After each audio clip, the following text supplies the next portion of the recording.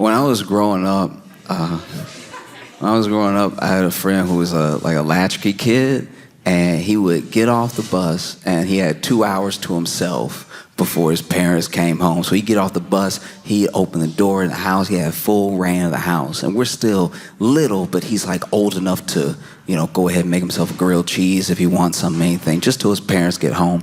And one day he comes home and his parents had a get together the night before, and he sees laid out just a little bit left of some wine. And he's like, oh wow, I know that this is grown-up juice, but I want to try it because I'm not supposed to have it, because I know I'm not supposed to have it, right?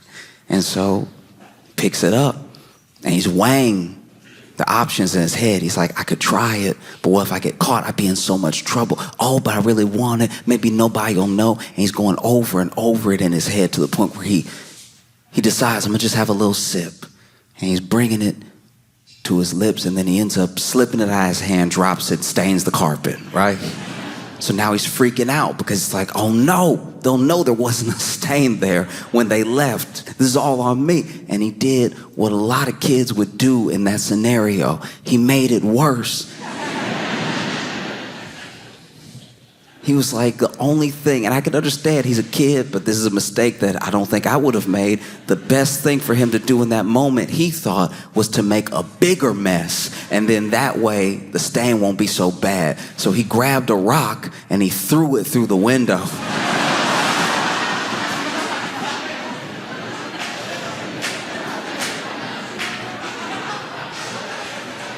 Which was a huge mistake because he went outside to get the rock and then threw it from inside outside.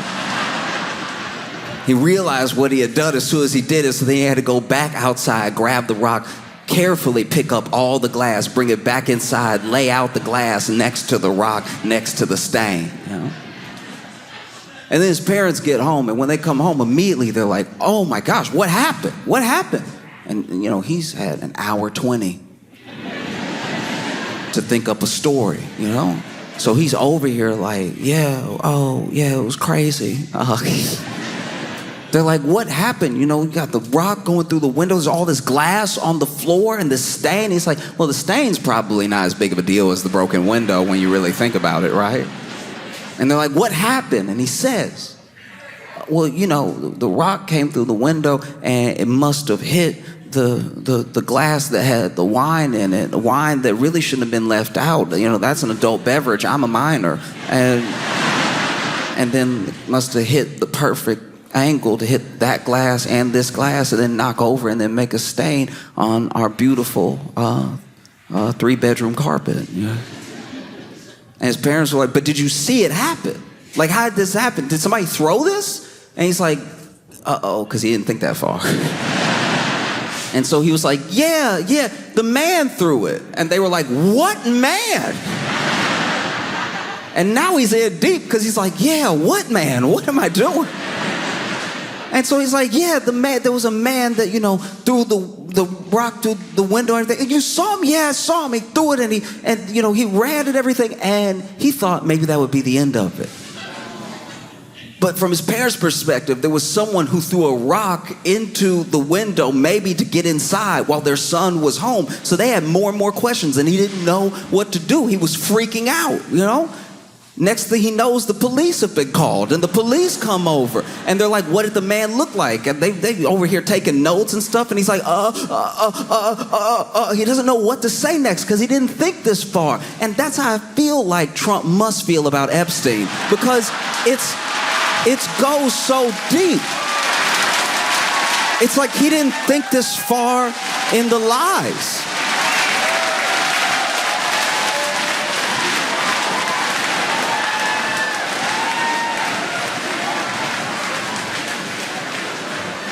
Like he just didn't account for it. He thought he could make it quiet, It's not going to be pitched as a direct and absolutely direct order from Trump, what the DOJ did. But the DOJ came out after interviews and interviews saying, oh, there's so much information, we're just trying to figure out how to put it out there in a way that's clear. Oh, there's so many files, there's a list of names, there's logs, there's a client list. After saying all this stuff in the media, the DOJ comes out and says, actually, the investigation is closed. We're not going to be prosecuting anybody else. And I think we got to the bottom of it. Thank you for your attention to this matter.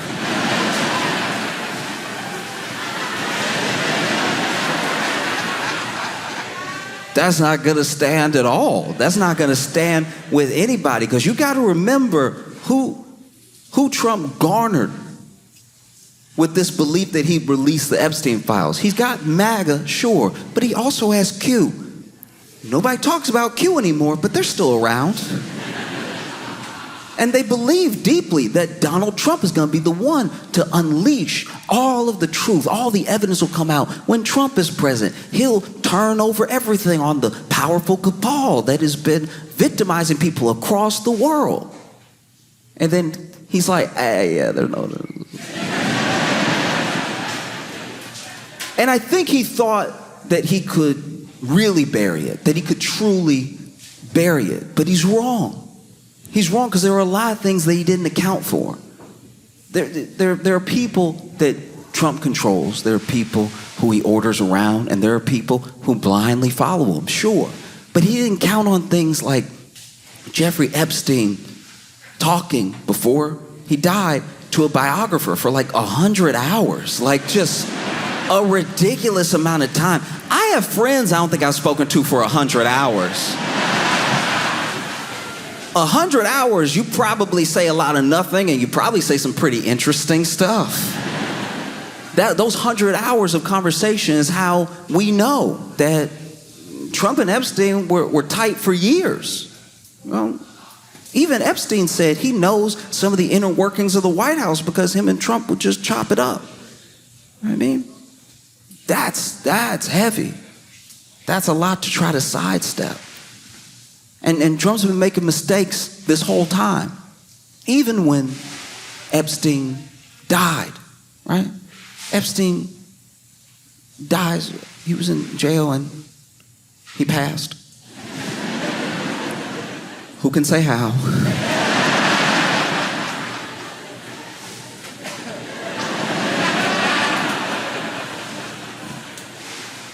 And, Ghislaine Maxwell gets, charged, has a whole trial, gets convicted, sentenced to 20 years in prison. And apparently what we're hearing now is that at the time, Trump floated pardoning her. And the people that heard that almost couldn't believe it. Why would he pardon her? That's crazy. And it's like, actually, it's not that crazy when you see the picture of all them hanging out, like, in the 90s, and they met in the 80s, and they used to fly around together. Like, that's his buddy.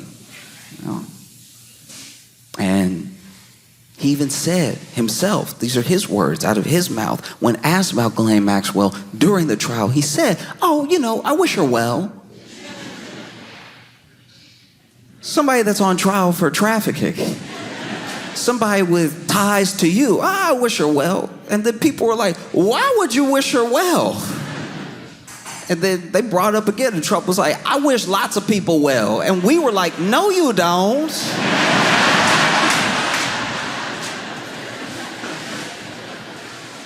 I've been watching you the whole time. I don't think you wish anybody well that I've seen. All you come up with is nicknames. Man floated pardoning her. That's crazy. And then the DOJ comes out, hey, yeah, this is done. Nothing else to see here. And people were having a hard time wrapping their heads around that. People who usually stump for Trump hard. No matter what he says, they manage to twist it in a way that maybe could make sense to you, and they'll say that that's what he means. One of the reasons that Trump can do everything that he does and it comes off a different way to everybody is because so many people think that they're the Trump whisperer. Trump will say something out of nowhere, and then there'll be people like, well, what he actually meant was something more reasonable that I'm going to say right now. And I'll be like, that's interesting, because he didn't say any of those words in that order when he was speaking. And I think he had a teleprompter, so I don't see how that's possible. And so everybody thinks that they can be the Trump whisperer, and it's just not working this time. You see people trying to come up with why Trump, why the FBI, why the Attorney General would all of a sudden, what feels like out of nowhere, try to shut this whole thing down, right? Alex Jones, of all people, saw what the DOJ did, and he made a video crying. I think it's very important. When, when a man shows emotion, not to just ridicule him for it because it's easy. But Alex Jones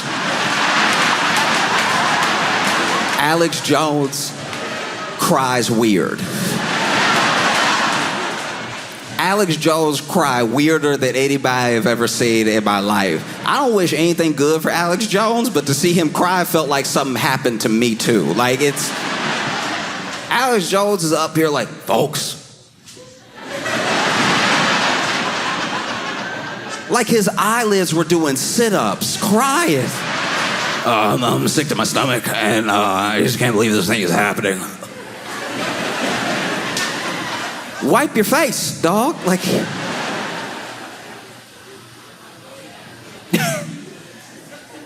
and even Alex Jones trying to come up with something. He's like maybe the deep state got to him, and the deep state is like in his body, and that's why he's doing this stuff right now. And then he'll be back to normal after he has one of my protein shakes. You can go to my website and buy frog protein for $19.99. No, it was crazy. Because Alex Jones, you gotta remember, this dude is a proper conspiracy theorist. Old school. There's something deeper behind everything at all times. And I'm not talking about like chemtrails. I'm not talking about like government operations. There's something deeper behind everything that happens all the time. Hillary Clinton went on The Tonight Show.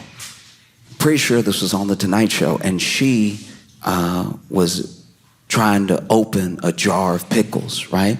I don't remember what the bit was, but that's what was happening. And Alex Jones pulled it up, and right after she opened the jar, he was like, you see?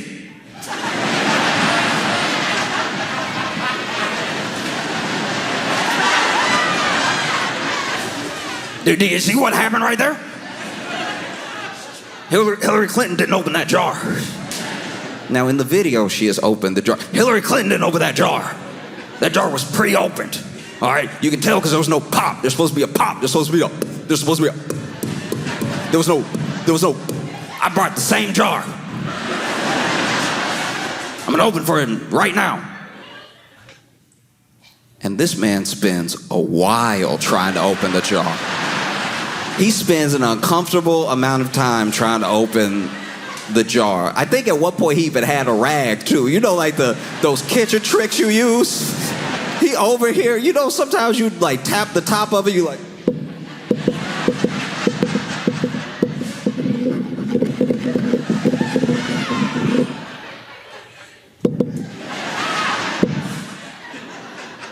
And he's like, I can't even open it right now, folks.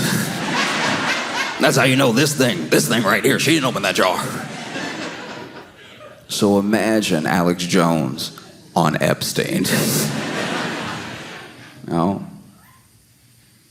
I just think about the way that MAGA has been reacting, because it is a full-on revolt. Truly, it's a thing that they cannot fathom is happening. Whether it's Q, whether it's MAGA, or whether it's just people who have been following the Epstein case from the beginning. Because you got to remember what Epstein stands for. He is the ultimate boogeyman. He is the ultimate beacon for people that believe that all the elites are in on something together. And it's easy to make him that because he had an island, billionaires were flying around, people went to him for tax advice and for law advice. He was this financier, even though I don't think he had a law degree and he wasn't a CPA. So it's like, what are you doing with people's taxes that you helping And so this dude, he represents a lot. He stands for a lot in conspiracy theory world and in just the regular world. This is someone who has ties to billionaires, to royalty, who come to him for horrific acts. And now you're telling us, there's nothing else to see here. There's nothing else to see between, me and him especially. There's nothing. Don't look. Stop. Stop. Stop. Stop. And so then Trump, for his part, is watching this whole thing go down, and he's watching people argue about it in front of him, people who are, in his administration and on his side, argue about the best way to handle it, going back and forth. Pam Bondi, Dan Bongino, Kash Patel, all names that sound like they're about to be called down on The Price is Right. Like, all three of them are constantly going at it because then, Bongino is upset with Pam because he thinks that Pam overpromised and underdelivered and everything. Why would you even say that this stuff was coming unless you had a plan? You were just talking in front of the camera. And then Pam is going back at him, and Trump's watching this whole thing. And then in a press conference, they even asked him, they actually asked Pam Bondi a question about the tapes and the DOJ's memo and everything. And Pam Bondi was ready to answer. She was about to speak, and Trump interrupted her. He's like, hey, look, are we still talking about this guy? Why? Like years? Like why? Like everybody's talking about this dude. Like, what's the point? You know what I mean? Like, it's just, I'm sick of this for you, Pam. You don't even feel like answering, do you? And Pam didn't catch. She wasn't quick enough. She was like, no, I don't mind answering. And I know Trump had to be sick when that happened. It's like,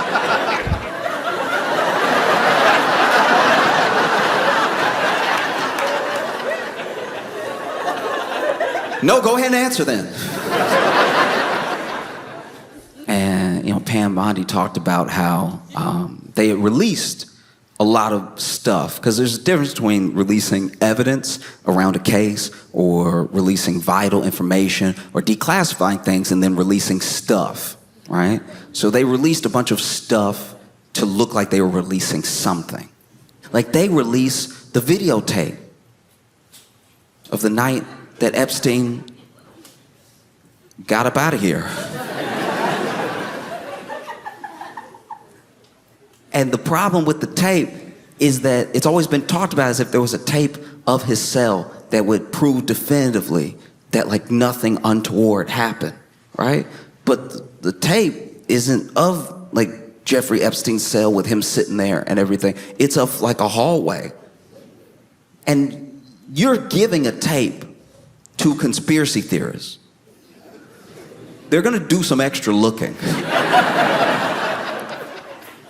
There's like 10 hours of tape. But there is 61 seconds missing. I don't know how long it takes to kill somebody. But if there's 61 seconds missing, I'm assuming that it takes 50 seconds and gives you 11 seconds to get down the hall. And I'm not even saying that's what happened, by the way. I'm just saying 61 seconds, that's weird. And they asked Pam Bondi about it. And Pam Bondi is like, look, it's a very old system from the 90s where the tape resets at midnight. So it takes a second to like reset, and that's why 61 seconds are missing. And I had a lot of questions. I had a ton of questions. My first question didn't even concern Epstein. My first question was, why are you telling everybody that? Because that is very valuable information if you're a prisoner in that.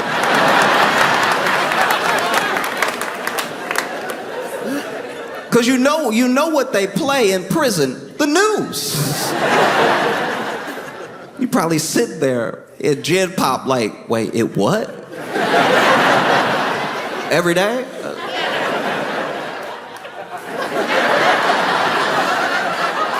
I gotta go take care of something.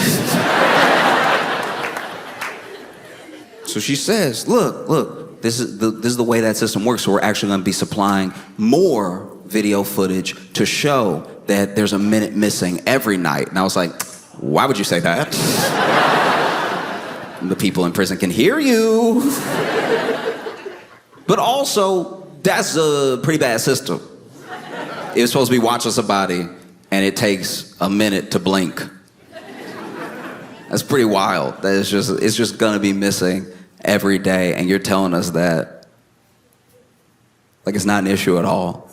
Felt crazy to me.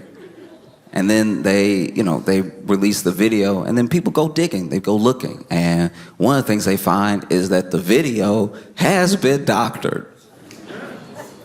Somebody at some point read the video through Adobe Premiere and did something. And I'm not saying, look.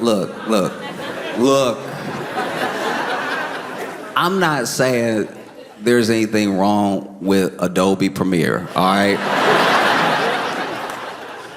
All I'm saying is I would have thought the government, with all their resources, you know what I mean? Like the government would have like a special program. That just feel pretty cheap to make an Adobe Cloud account that you run this Epstein tape through.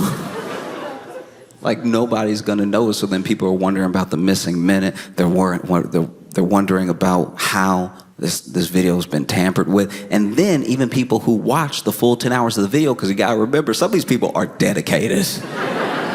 They're like, there's actually a guard that leaves one way and never comes back, which proves that there's two ways to enter that hallway. And I was like, oh man, he's so screwed. Trump, he's very good at creating a distraction, and he tries. He did his best.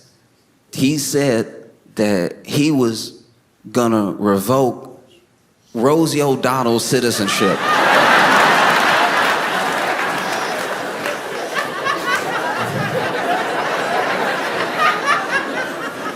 On any other day in American history, that would be a headline.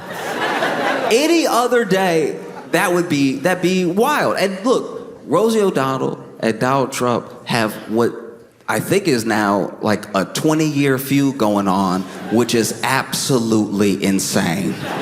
The President of the United States has the ultimate and deepest beef. His arch nemesis is the actress from Harriet the Spy. That is mind-boggling. The leader of the free world is ready to have it out at any given moment with the voice actress from the main gorilla in the Disney movie Tarzan. The man with his fingers on the button for the nukes has a deep hatred in his heart, decades long, for Nickelodeon Kids' Choice Award winner Rosie O'Donnell.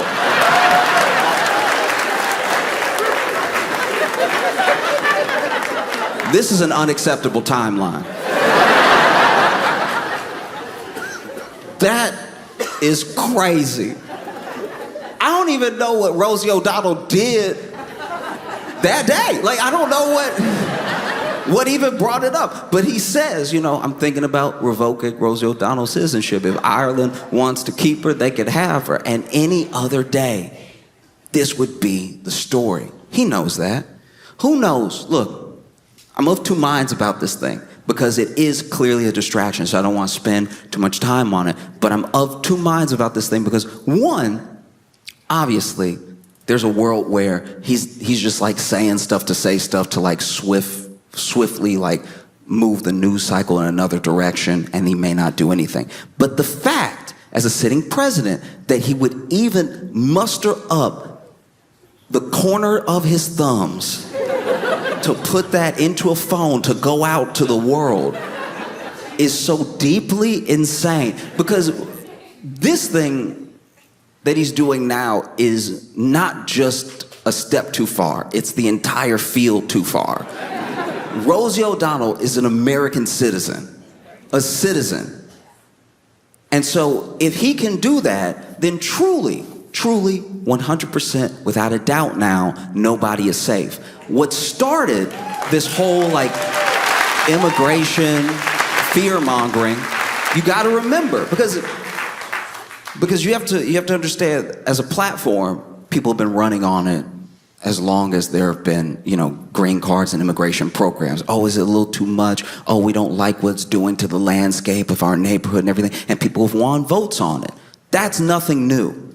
But what's turned is the way that people are openly nasty and disgusting about it. There's always been racism in it. It's mainly what it is, because if you really cared about people coming over the right way, the legal way, then you would make the right way and the legal way clear, and you wouldn't kidnap people at their green card interviews, and you wouldn't have mass people picking people up after baseball practice, okay? If that's what you cared about. And you also, you've structured this thing to make these people seem like monsters. That's been the plan this entire time, because if somebody is a monster, it is part of the human condition and a flaw that we have. As long as we see somebody as a monster, whether they are or not, we don't really care what happens to them. It's why they can make conditions in prison so bad, because the assumption is, well, everybody that's there deserves to be there, so screw them, right? If they don't have clean water, or if they can't shower, or if their food's contaminated, good. Because they did something bad to earn that place, right? And it helps you strip the basic humanity of looking at another person, whether they've made a mistake or not, or looking at another person, whether from a different country or not. And if you get really good at stripping that humanity away, you can do whatever you want, and then you start to be able to do whatever you want to anybody that you want. And that's what's been creeping up this entire time. What started as guys, they're eating the dogs.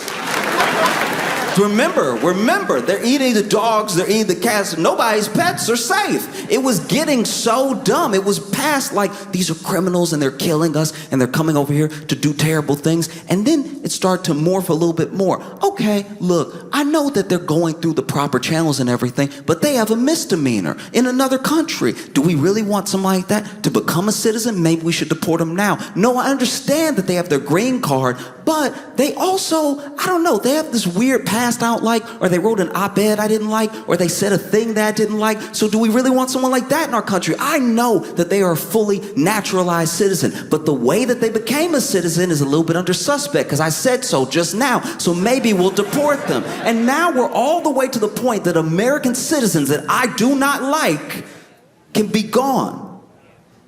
And so you see, when you let somebody's humanity get stripped away over and over and over again, and it's in the back of your head, and you even go with the lie. They probably did something, or maybe they shouldn't have done that thing, or maybe they have a good reason. When you do that enough and it finally comes for you, don't be surprised. Because the thing with the Rosie O'Donnell, it's there's a part of it that I think is nothing. I'm not saying that thing is absolutely going to happen. I'm just also saying that the fact that he even fixed his fingers to put it out is a problem. And normally, on any other day, it would have been such a problem that it's what everyone on the news would have been talking about. But this was a different day. This was a day where Dan Bongino is so upset he doesn't even report into work. He's tired of arguing with Pam Bondi. He might resign. Other people are talking about resigning. This Epstein thing isn't going away. And so then Donald Trump did what he does best, what he does in a crisis, and what he does when it counts. He made it worse. Like a kid throwing a rock through his own window. He makes it so much worse. And now Trump is dealing with that fallout. There are people calling for Pam Bondi to resign. There are people that are asking Trump extra questions. And then Trump crashes out spectacularly while y'all were probably parking. And so I'm gonna do this real quick. I don't like to use my phone or bring my phone out often, but I have to read you what Trump posted. And admittedly, look, I'm gonna read every word that he posted, all right? But I will be doing it the way that I read it in my head. This is insane. What's going on, my boys? Boys in quotations. Oh no, what's going on with my boys? Boys in quotations. And in some cases, gals, also in quotations. Are you asking us a question about what's going on with them, or are you confused about the gals specifically? They're all going after Attorney General Pam Bondi, who is doing a fantastic job, all caps. We're on one team, MAGA, and I don't like what's happening. We have a perfect, all caps, administration. The talk of the world, all caps, and selfish people, in quotes, are trying to hurt it, all over a guy who never dies. What?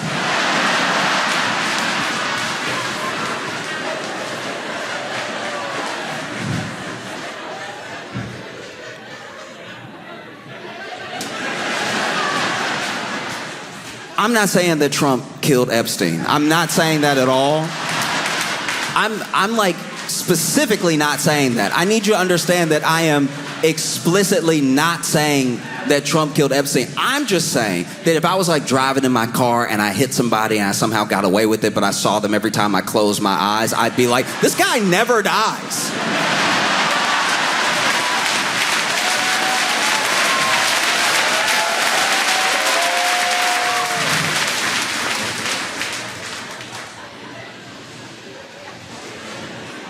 All over a guy who never dies, Jeffrey Epstein. For years, it's Epstein over and over again. This is a man who hasn't slept. For years, it's Epstein over and over again. Why are we giving publicity to files written by Obama?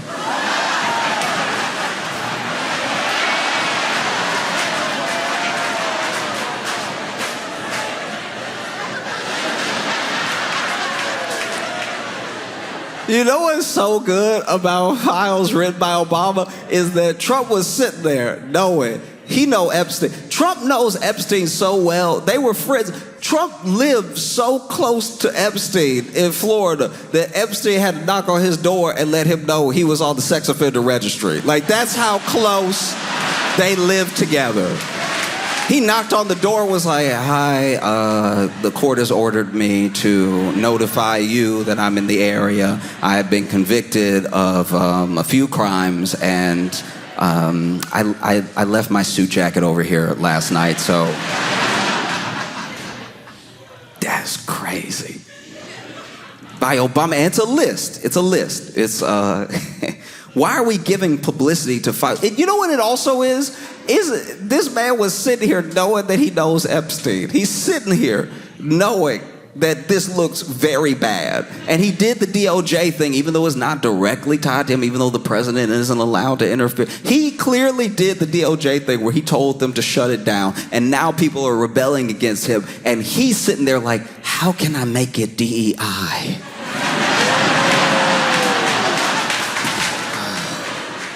Obama. Thanks, Obama. Why are we giving publicity to files written by Obama, Crooked Hillary, Comey, Brennan, and the losers and criminals of the Biden administration? So I guess they were all in a room in this scenario, and they wrote the files together in tandem. Like, Obama just knew that everyone in the Biden administration would be in the Biden administration one day, so he gathered them all together. But this is also before Epstein ever died or anything, so Obama time traveled to like right after to know it would hurt Trump, so then he came back in regular time and he sat down Hillary Clinton, Comey, Brennan, and the loser, he had to get all the losers and criminals of the Biden administration in one room so they could write. Also, wrote the files? Isn't it a bunch of documents? And the losers and criminals of the Biden administration, I do like that he said there are criminals in the Biden administration, but there are some people who aren't criminals. They're just losers. But I want to make sure I address them too. You're not safe. You're not safe just because you're not a criminal if you're a loser as well, all right? In fact, you're a loser because you're not a criminal, all right? I have 34 felony convictions, and I'm the president, okay? You out here not even a criminal. You can't even criminal good. Loser.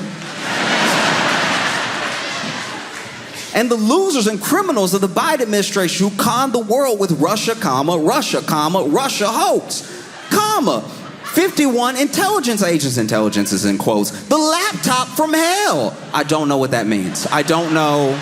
I really don't know what that is. I don't know if that's like Hunter Biden's laptop or a laptop with Hillary's emails on it, or if he just had a bad experience with an HP laptop. But like,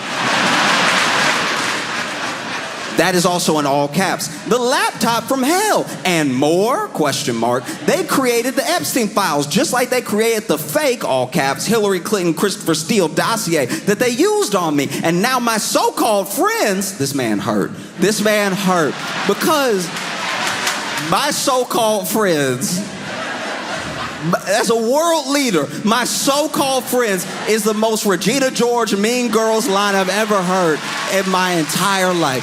My so-called friends is wild.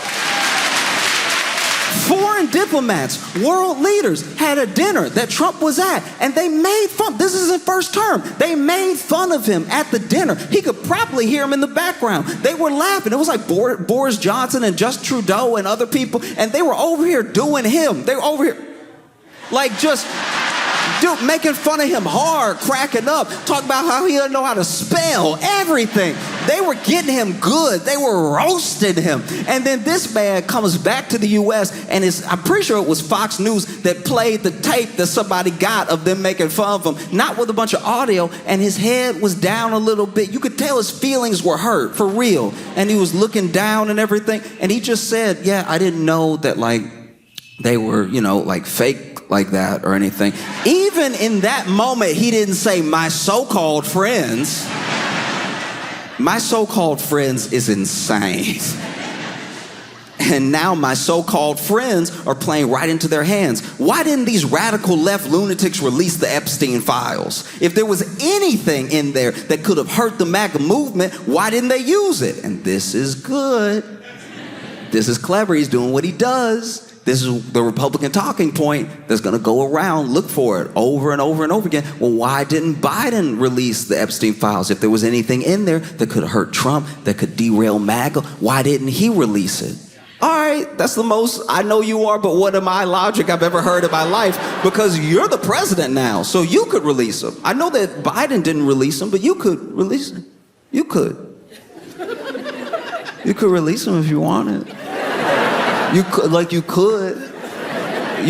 I dare you. I was just saying, like I dare you. I bet you won't. I bet you're too scared. I bet you won't. But you could. I know Biden didn't, but you're the president now, and I thought you were a better president, so you could do anything that Biden didn't do. You said that. You were like, there's a bunch of things Biden can't do that I can do, that only I can do, and one of those things is release the Epstein files. Like, I bet you won't do it, though, because you're scared. No, it's just funny, man. This man, he's going through it. Why didn't they use it? They haven't even given up on the John F. Kennedy or the MLK Jr. files, which is a terrible idea to bring up different conspiracy-laden things while you talk about there not being a conspiracy. That's crazy. That's a terrible move. This man is derailing. No matter how much success we have had securing the border, deporting criminals, fixing the economy, energy dominance, a safer world where Iran will not have nuclear weapons, it's never enough for some people. This man is spiraling. It's never enough for some people is not what a president says. It's never enough for some people is not how you speak as a president. That's how you speak as a dad who just finished a 16-hour shift and somebody tells you to take out the trash. It's never enough for you people. Every day, I've been awake for 24 hours. It's my birthday. Yeah, thanks for the time. It's never enough for some people. We are about to achieve more in 6 months than any other administration has achieved in over 100 years. And that's true. That's true. We're all going to die.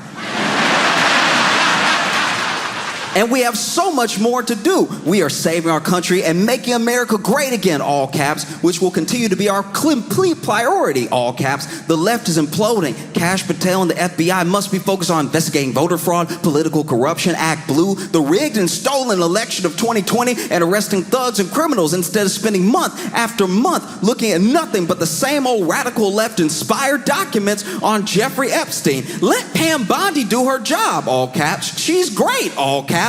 The 2020 election was rigged and stolen, and they tried to do the same thing in 2024. That's what she's looking into as AG, and much more. 1 year ago, our country was dead, all caps. Now it's the hottest, all caps, country anywhere in the world. Let's keep it that way and not waste time and energy on Jeffrey Epstein, somebody that nobody cares about.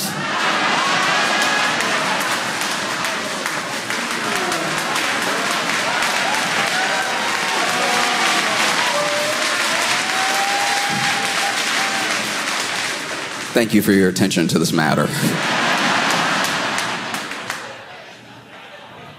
There's a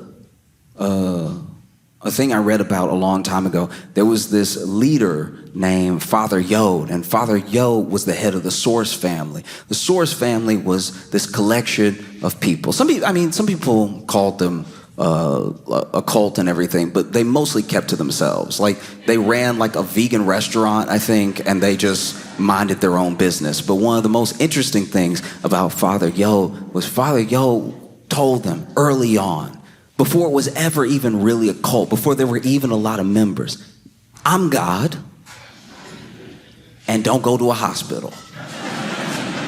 That was his thing. And that happens in a lot of cults, by the way. Don't go to the hospital because hospitals are full of experts who can provide answers that I can't.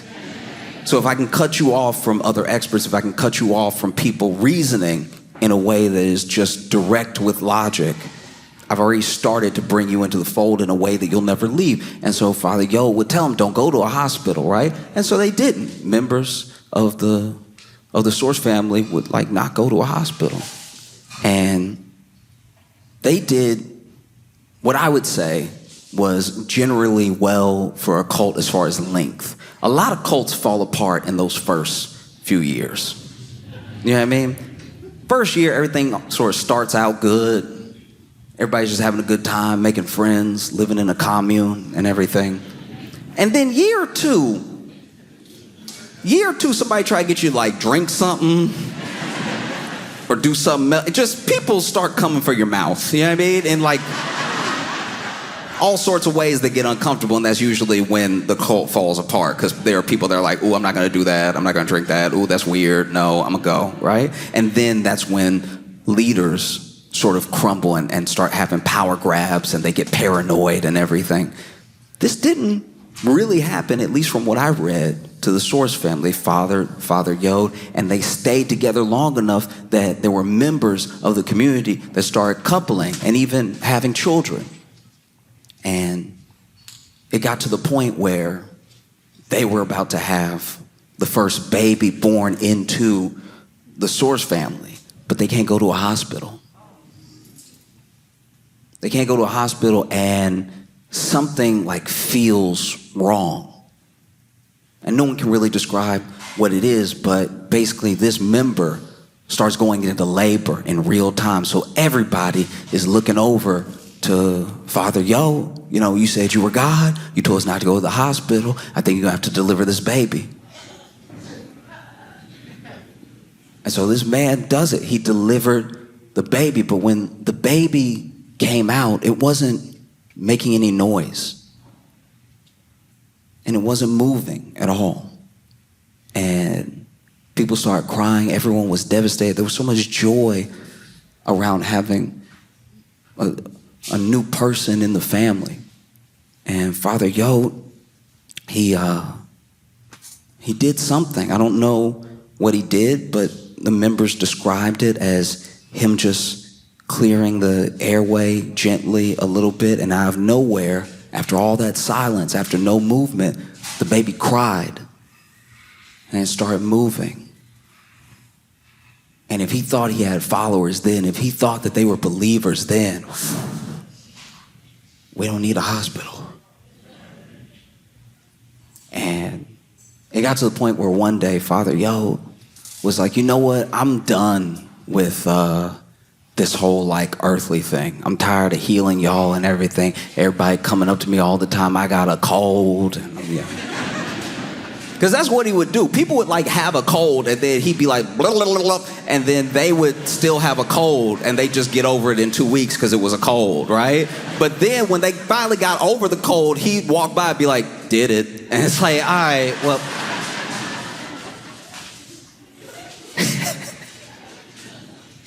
And so there's one day Father Yod said, you know what I'm gonna do? I'm gonna take a vacation. Get away from y'all for a little bit. I'll come back, but I'm gonna take a vacation. I'm gonna take it in heaven. And so he got on a 1,300-foot cliff with a glider. Because I guess he thought he was gonna glide up enough to just like get to heaven's front door or something. Like this man is truly like lost to the sauce, right? He'd been leading the cult too long. He believed him now. I wish I had half the confidence. Because that's so crazy to think you're just gonna fly up to heaven and stay up there, but you also need a glider. Do you know what I mean? Like, at least people on ecstasy think they gonna just fly immediately, you know? This dude gets on the glider, takes off, and never did this before in his life. Wasn't trained or anything. And so he jumps off the cliff in the glider, and he goes perfectly down. He goes straight down. This man, bow, right? And so the followers like, oh, he went the wrong way. And then they come down the cliff and everything, and they come to get him. He laid out. I can't even do it. He laid out. He laid out like, but not like busted up. He's not dead. He's laid out like this. And didn't have any, to what I read at least, he didn't have any significant, any substantial like bruising or markups on his body. Another miracle, you would think. Turns out everything stayed intact, but his guts were all upside down. Like this man stayed perfectly in his body, but his lungs were in his feet. Like and so they run up on him, and he over here laid out like, I can't even do it right. Like he laid out like, when they find him, glider crash, he laid out like this. And they run up there like, Father, Father. And he's like, get me to a hospital. Get me to a hospital. Now. And the followers are like, what? And he's like, yeah, the one on 32 Roscoe, please. Hurry up and get me to a hospital. And there's different accounts of this. I'm sure that there's followers that say he never asked for a hospital. I'm sure there's followers that say he asked for a hospital immediately. But this dude is like, get me to a hospital. And then the followers are like, what? Why though? Like, you said never go to a hospital. You said that that's not real science in there. You said that you get sicker if you go to a hospital. We can't take you to a hospital. And he said, get me to a hospital. I'm serious. Oh, I feel something upside down. You know what it probably sounded like? I mean, I'm not there. We don't have the footage or anything. But I imagine if you fall 1,300 feet down, you probably sound like that grape lady. Remember that grape lady that was crushing the grapes, and then she fell, and then she went, arr, arr, arr, arr, arr, arr. Off camera, we didn't see her.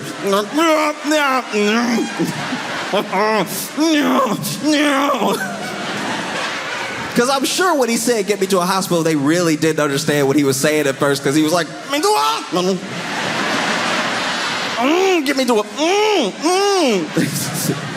I think my spine behind my balls. Get me to a hospital.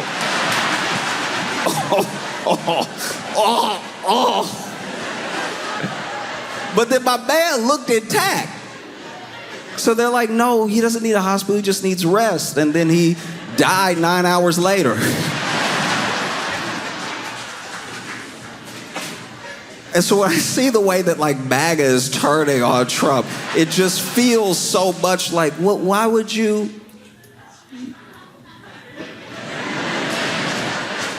Wait. Why would he lie?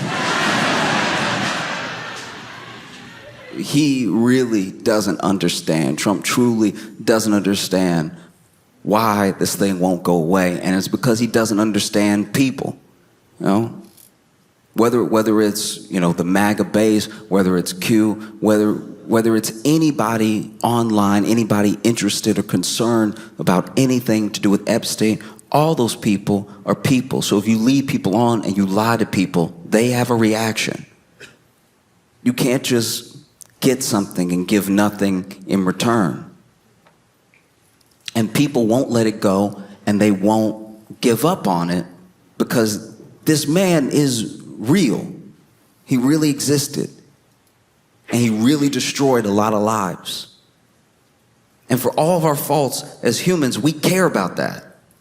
And so no, we're not just gonna let it go. It's not like some passing fad of a thing. I think it is to him, because he just uses what he needs while he needs it to get what he wants. And once he has it, he throws it or the person who gave it to him away. And it's something that some people are finding out right now, that he'll betray you on a dime. Nothing matters to him. Because if this thing doesn't matter to him, then nothing matters to him at all. There's no way around it.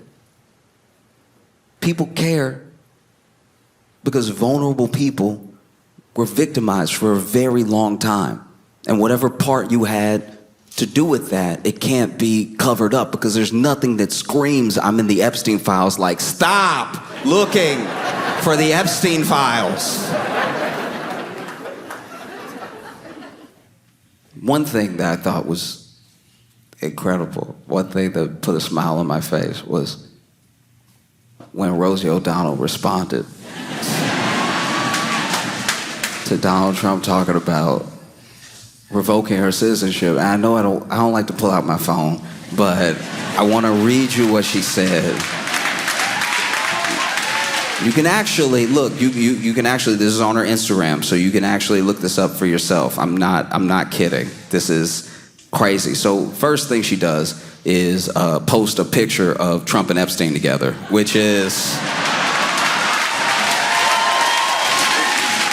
genuinely hilarious. And is Rosie O'Donnell posted in the caption, "Hey Donald, you rattled again? 18 years later, I still live rent-free in that collapsing brain of yours."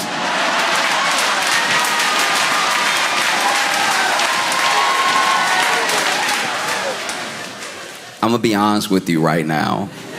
I watch the news all the time. I watch people try to defend Trump. I watch people attack Trump, and I'm chronically online. So I watch people insult Trump all day long, and I have never come across collapsing brains. Collapsing brain would actually explain everything. It would explain the made-up words. It would explain the spelling. You call me a threat to humanity, but I'm everything you fear: a loud woman, a queer woman, a mother who tells the truth, an American who got out of the country before you set it ablaze. You built walls, I built a life for my autistic kid in a country where decency still exists. You crave loyalty, I teach my children to question power. You sell fear on golf courses, I make art about surviving trauma. You lie, you steal, you degrade. I nurture, I create, I persist. You are everything that is wrong with America, and I am everything you hate about what's still right with it. You want to revoke my citizenship, go ahead and try. King Joffrey with a tangerine spray tan.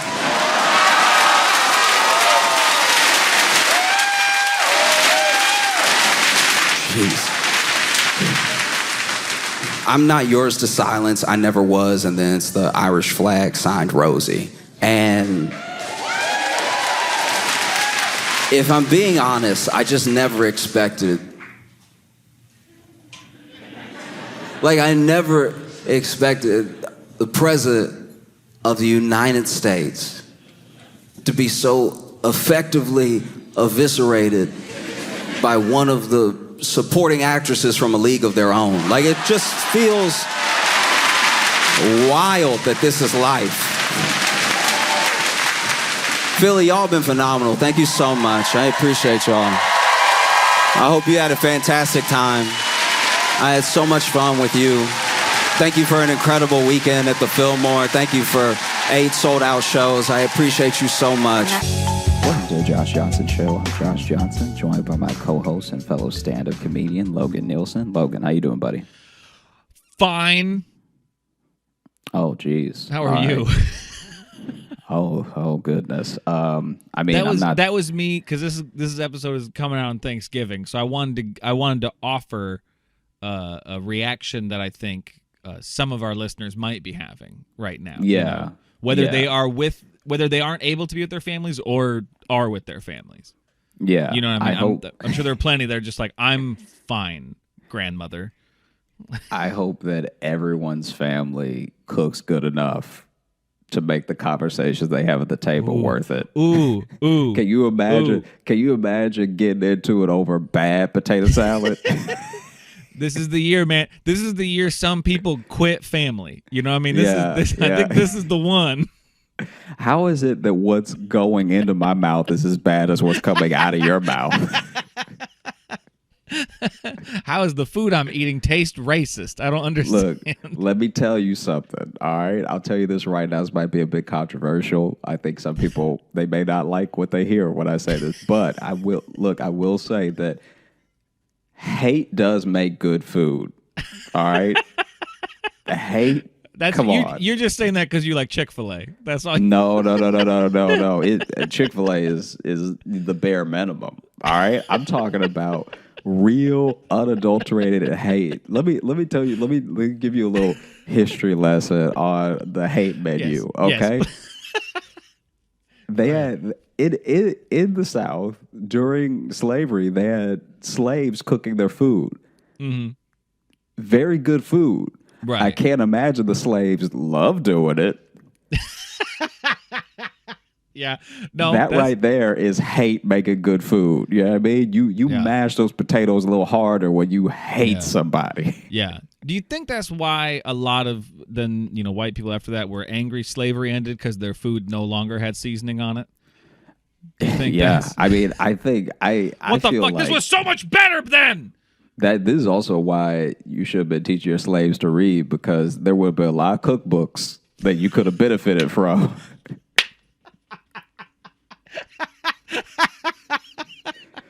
When slavery ended. Yeah, I mean, like now the slaves are free. It's like, all right, well, we're just gonna go both our ways. Yeah. And you were watching me when I was cooking, right? Just do what I was doing when you were what? Oh, you weren't watching? Okay, well, do your best. Do your absolute best, and we'll see if you come back. Yeah. No, man. I've been very blessed that I've been able to have Thanksgiving with lots of different families. I obviously love you show up at houses. Yeah, I mean, when you show up on Thanksgiving, they're not gonna turn you away. They're all in there trying to act like they're good people, so they got to take you in. I guess crazy. If you want something to eat. If they kick me out, then that's gonna be a quiet dinner. Well, and here's what's great too. If you show up, there's gonna be maybe one family where it's like, well, I don't know about that, and then someone's like, of course we can, Aunt Randy, you racist. You're gonna immediately have someone really defend you way too hard. Yeah. And then you'll be like, you don't know what I've done. What do you? Now it'll just be me and Randy, of course, sitting next to each other. Just sitting next to each other, just sipping the same soup. Just eyes wide. And he might try at some point. He might try to, build a bridge between you two at some point. It'll be awkward, though. He'll just suddenly be like, I liked Sanford and Son. And you'll be like, that doesn't. Yeah, that not only is that an outdated reference, those are the last black people you liked. Those are the last ones? That's the last thing you watched? The 70s on TV? Wow. Wow. Just that bad. I mean, but that's a dude. It's a real thing in the way that a lot of very kind and cool people have taken me in at different years of my life to have Yeah. Thanksgiving with them and their family, or a Friendsgiving, or I feel like it's very rare that I'm able to be home with my family for Thanksgiving, eating it and sharing it with them. Yeah. And there was one where there was there was this one time where my friend brought me back with him for Thanksgiving, right? And I think I've told you this story before, but he was like, "Oh, I know you're not gonna go home or anything. You just want to go with me Thanksgiving," and so I was like, "Yeah, sure, that'd be great. Thanks so much." Because even though I'm not the biggest holiday enthusiastic person. Like I'm like, I'm not a Grinch, but I'm also not like, I don't need anything from anyone on the holidays. Like I like giving to people, I like doing things for people, but I don't Right. need anything. So I'm in those kind of the same way. scenarios, I get what you're saying. Yeah.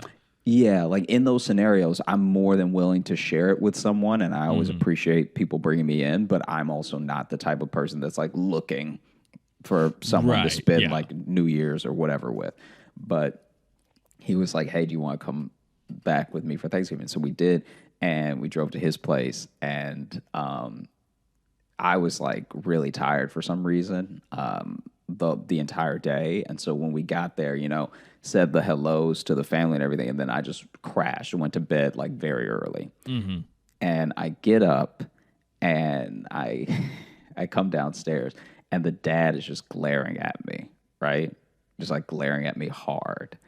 And I was like, okay, that's a little weird. And in the back of my mind, I'm like, oh, is that like a race thing? Because you seemed fine last night. You like did you sleep on it and then wake up in the middle of the night like, wait, a black guy's in my house? Like I don't know where this is coming from. In the middle of the night, he's like, wait a minute. Wait a minute. I just let him in and everything. I was just in a good mood. Even put out the fitted sheets for him. And so he's just glaring at me. And then my buddy's mom sees me, and she gives me a hug that's like a little too long, like Okay. I'm friendly and everything, but I was like, all right, that's odd. And it was one of those things where she just like, the hugs get broken down in a very specific way. Like some people hug you and then tap your back as the hug is ending. Right. Some people, especially moms, will sort of rub your back. I got both. Like she gave me this long hug, then she tapped my back, and then she rubbed my back, and then I was like, oh, okay. Like, you must think I'm lonelier than I am. Like for you.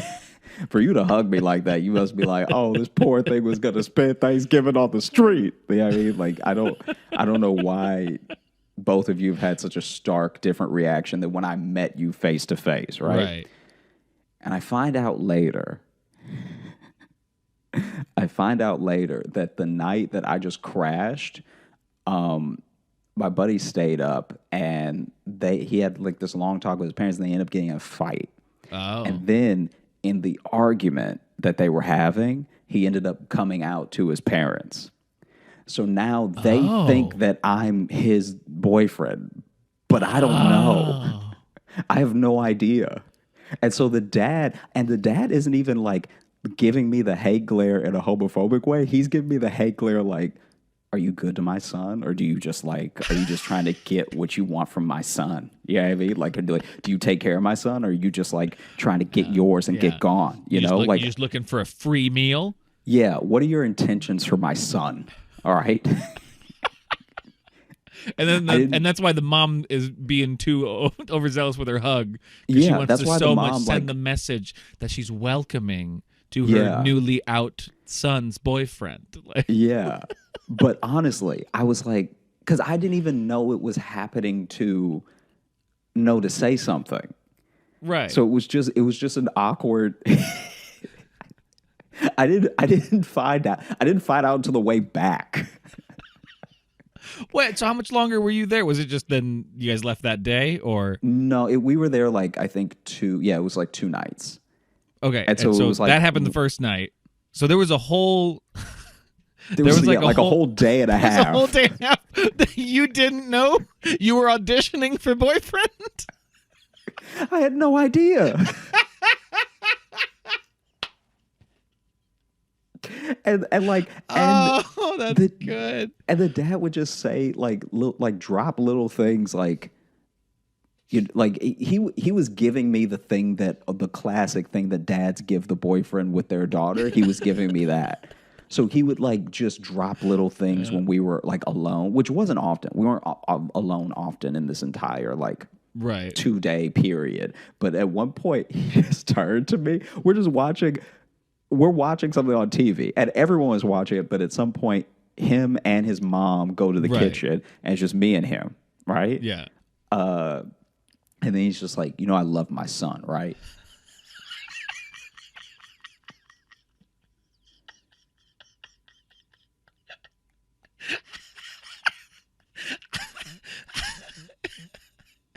And you're like, I fucking hope so. Yeah, I was like, yeah. Dude, that's great. Should. I mean, dude, good for you. I'm glad you love your son. Yeah.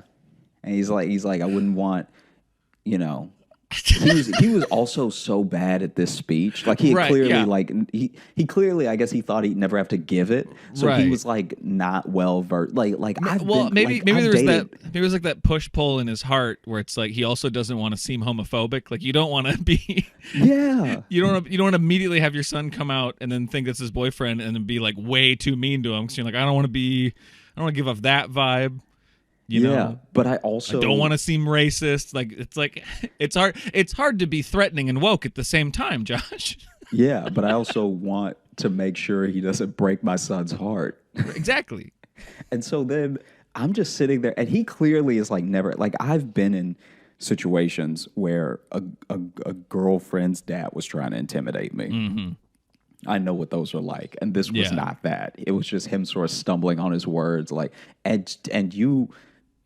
Oh, you better be nice. And in my head, I was just like, am I like this dude's first black person or something? Like, what does he think? Yeah, if you didn't know the context, that's like...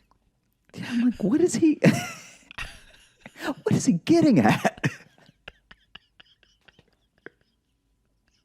It was so insane. And then you know I love my son, right? Yes. Good. It was insanity. That's fucking amazing.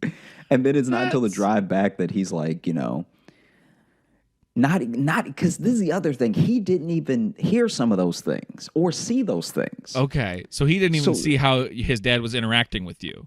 No, or his mom. Okay. So then it was this thing of like, he's talking about the general weekend because I guess he felt tension that I didn't feel because I was just like, why are these people so weird? And so then we're driving back and he's like, yeah, I hope that it wasn't too awkward and everything. Like, I came out to my parents and everything. I was like, oh wow. And so I'm getting that news and the whole weekend started to make sense all at once. Was he already out to you? You already yeah. Okay. I just want to make sure like this wasn't like the come out and then like no, learning about it too. I figured, but I thought like yeah. But it's like it was one of those that things would be a lot. I was like, oh, like, and I didn't even tell him my version of the weekend until long after that too, because I was just trying to be like, okay, you know what I mean? Like I didn't want to make it about me in that moment. Right. But yeah, it was insanity because that dinner table was silent. Oh my God. That's so good.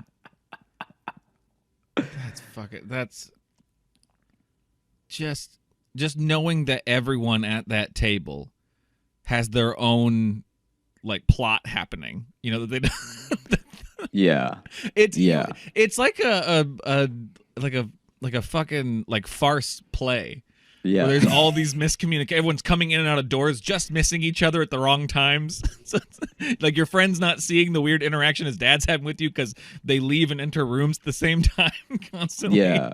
It was exactly like a play. Yeah, that's what Because it even sounds if he had just stumbled on one interaction, he would have been like, "Oh, that was kind of weird. How long Right, my yeah. mom hugged Josh." Because you hug, so you the hug dad me. just gives you condoms. Like, wait, Yeah. What's happening? thanks? And I guess an older, smarter version of me would have put it together quicker that maybe this is what was happening. But I just was so blindsided. Yeah. No, Because none of them. I don't even know. I don't know, dude. I don't know if that's something you could put together until I guess so. until you have the whole picture. Yeah, like none of the interactions were expressly like explicit. Like this is what I'm thinking. Well, that's what makes it so good too, is because they're also trying to play it cool. Like they're trying to communicate something with you subtextually. Yeah, But no one has the same subtext. No one Yeah. knows what's going on. man. It's like when you see an improv scene and everyone's like a bad one and everyone's like clearly thinks it's 4 different locations.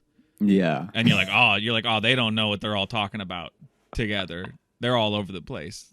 They are not all on the man. same page at all. It's just that, but in an awkward Thanksgiving. yeah. Man, that's good.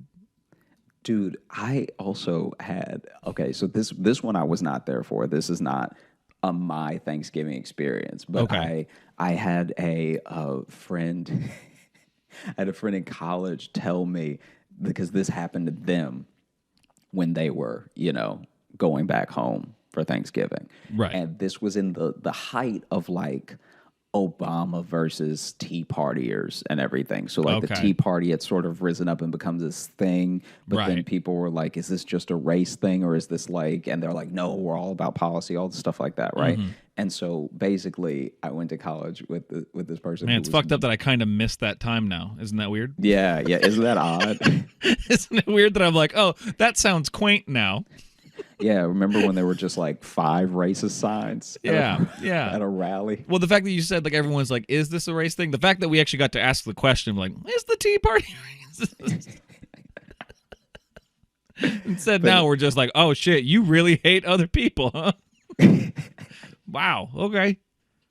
So then basically, they went home and they had done a bunch of like campaigning for Obama and like stuff like that, and like campaigning for Obama in like Louisiana. So like kind of like Yeah. this futile effort to a certain degree. You know what I mean? Like Yeah. like exercise your voice and everything. And I'm always proud of people who are passionate about like policy and their future and everything, but also like come on. And so they went home, and while they were away at college and Obama had won and everything, their parents had become like hardcore Tea Partiers and were trying to like basically recruit the rest of the family into like this like don't tread on me type attitude, everything, right? And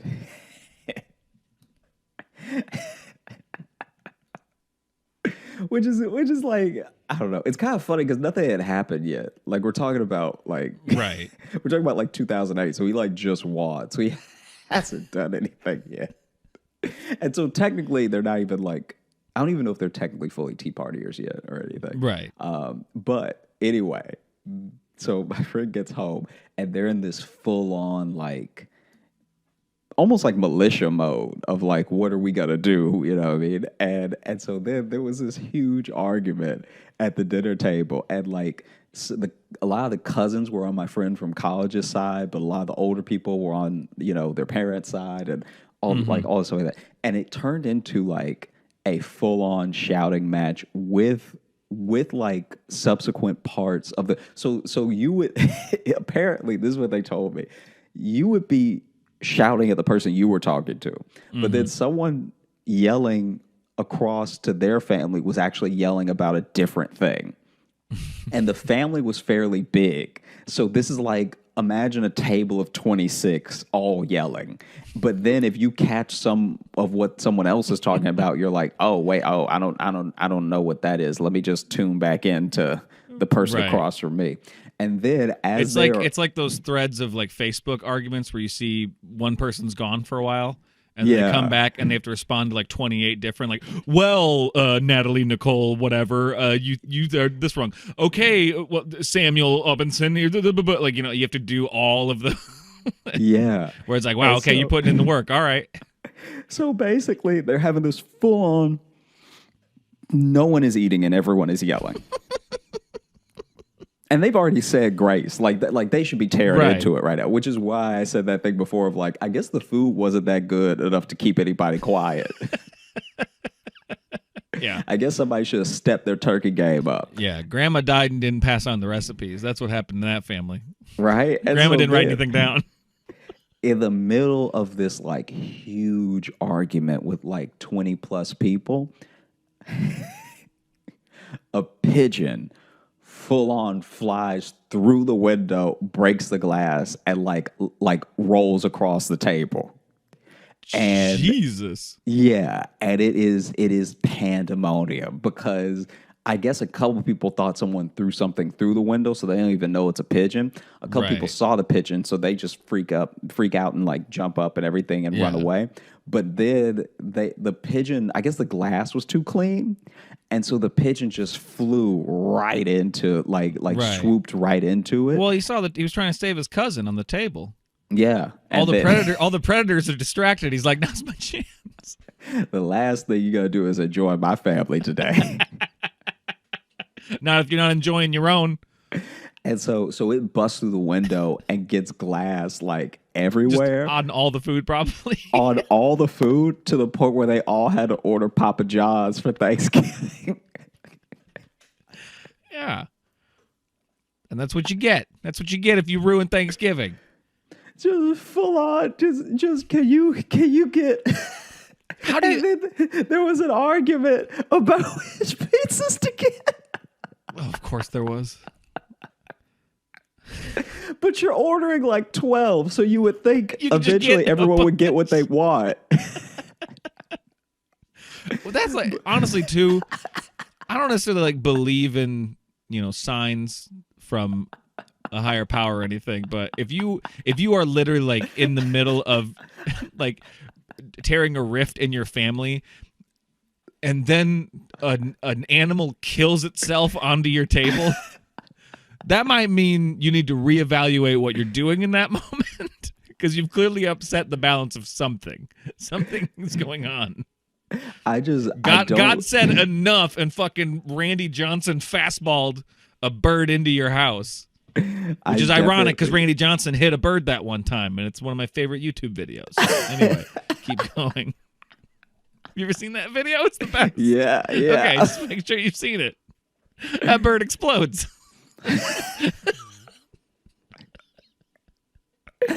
I fully do not envy at all the person trying to take their call when they were calling Papa John's, because it's already Papa John's on Thanksgiving, so you're already dealing with a bunch of people who can't cook or whose plans fell through or who decided not to go to their family for Thanksgiving.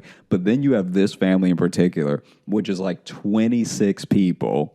And then you're like, okay, can I get 2 pepperoni? Like, no, don't get 2 pepperoni. You know we only need 1 pepperoni. But what if I want some pepperoni? And then And just every now and then the odd voice too, just like, Obama will destroy this country. Like that's someone's still on the old argument. right? I can't have gluten, you bitch. Yeah, dude, it was sounds- truly insane. I kind of wish I was there for that one. I 1,000% wish I was there for that one. That was because then you're also talking about so much. If it really is an argument down to the point where people are fighting over like which pizzas to get, you know that when the pizzas come, there's going to be problems. Because now it's Not like, enough well, ranch look, cups. my wife and I He's ordered hoarding the this ranch. pizza. He's hoarding it. Jeremy won't share dipping sauces.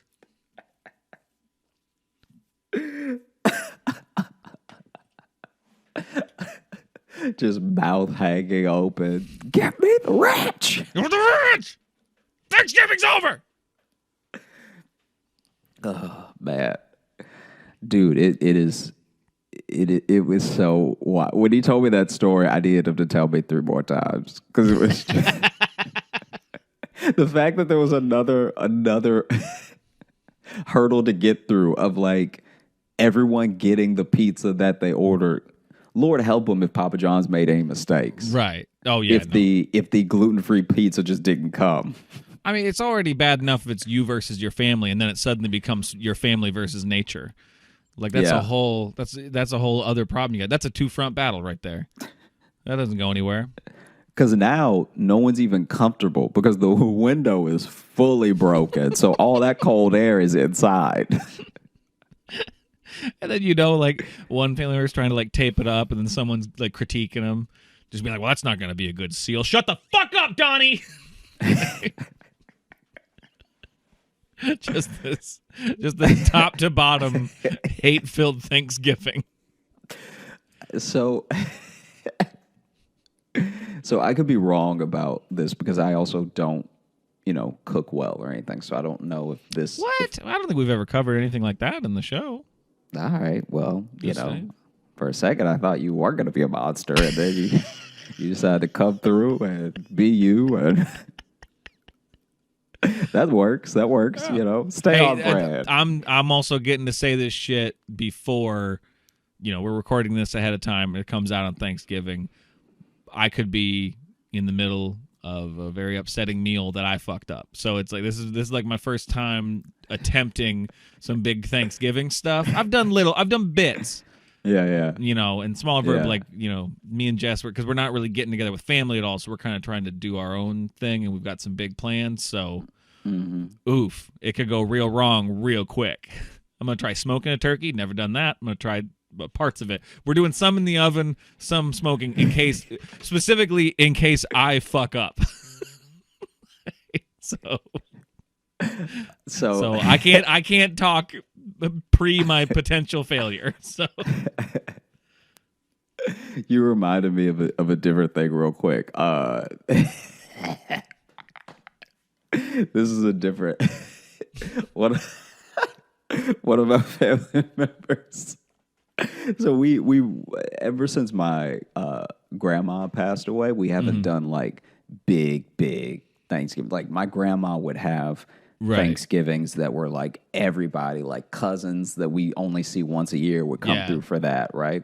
And when my grandma stopped cooking as much because she just couldn't handle the toll, like she hadn't even passed away yet, but she just couldn't handle it as much. We started splintering off a little bit, and obviously my mom and I would still have Thanksgiving with her, my aunt, granddad, all the stuff like that. But then some of the people who came through wouldn't necessarily be with us or anything. And I heard one story where they tried to fry a turkey. And it was like right as like frying a turkey was getting like really popular, just like dunking the turkey in that perfect sweet spot in between when like dunking the turkey was popular, but right before YouTube was popular. Like it's like in that. So we didn't know how wrong it was going yet. Yeah, like we didn't see firsthand how many people were messing it up. So how many people were burning their fucking house down? Yeah, a we lot didn't of people have that making stat yet. The exact same mistakes.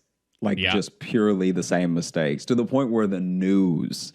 I remember our local news had to get on and have an anchor fry a turkey wrong just to show how dangerous it was. No, like, dude, our news around here did that too. He fully just set a turkey on fire to be like, if you actually put too much oil and just dunk the turkey in like this, and it just burst into flames. What you need to do is you need to put the turkey in first, fill it with water, see where that is, pull the turkey out, and then wherever the water is at, fill it with oil to that. Yeah. That's how you do it. It was fun to see that on the news. The news to be like, here's how you cook this so you don't die, you idiot. or lose all of your property. Like, so basically the story that I heard was that the patriarch of this cluster, right? What a sorry, that wording. I'm trying to tell it in the most epic way possible because of what happens. What a weird way to say the dad, the patriarch of this cluster. I'm trying to. No, I appreciate it. You got got a nice lead up. You got a word a day calendar now, and so you're really trying to flex. I get it. Go ahead. Oh, you monster! So then, he's taking it upon himself to fry turkey, right? Yeah. So then he hasn't watched that news segment hasn't come out yet. It hasn't. And so he's thinking, all right, all I need to do is get all of the grease boiling high enough that I fully cover the turkey. I don't want to make, you know what I mean? I don't want to have a situation where it's half cooked, a little frozen on the inside. I just want to make sure all my bases are covered. And so he does everything you're not supposed to do. Like the oil is too high, the fire's too high. Yep. The platform in the backyard is not stable. The turkey's covered in firecrackers. It's all wrong. Yeah, everything. Turkey's been basted with gasoline, with mercury, and so he dunks it in, and then like maybe 12 seconds later, his son just hears him yelling and coming around the corner of the house, "Run!" and basically, what a hero! because the platform wasn't stable, not only did the whole thing catch on fire, but it's tilted now and it's about to go off like a bomb. Because now that it's tilted, the oily fire is spreading. And there's just this one pop. He just made a turkey cannon at that point. Yeah, there's basically this one, because now you have wood and a structure to hold this tilted thing. Yeah. Also, maybe don't make your platform out of just Luan, like just the most flammable wood. I think it's technically a pyre at this point. I think it's no longer a cooking situation. It's a pyre. Yeah, that turkey was a Greek hero. This is This is now a turkey effigy. This is now. And so basically, it tilted and started burning everywhere. And I don't actually know the ballistics of how this happened. But the ballistics. But basically, because it doesn't actually. I haven't done the splatter test yet to see what. Like what I'm about to tell you doesn't make sense. Okay, that's why I say ballistics, because basically. No, I have theories of where this is going to go, and I'm excited to hear. So he did his due diligence in making sure that it was on the backyard lawn, far enough away from the actual house, like however many feet before you even get to the concrete of the patio, right? Yeah. So that he did a good thing, right? Okay.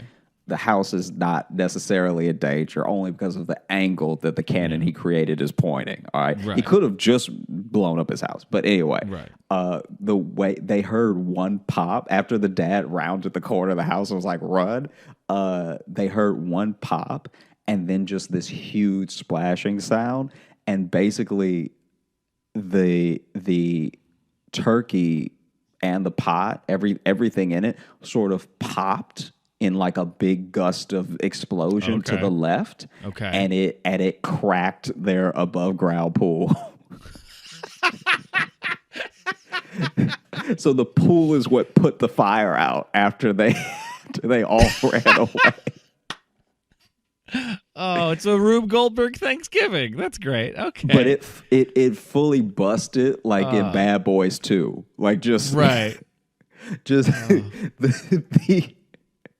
The front yard even got like a little bit of the flooding from the pool, like all the way to where they were standing after they heard that pop.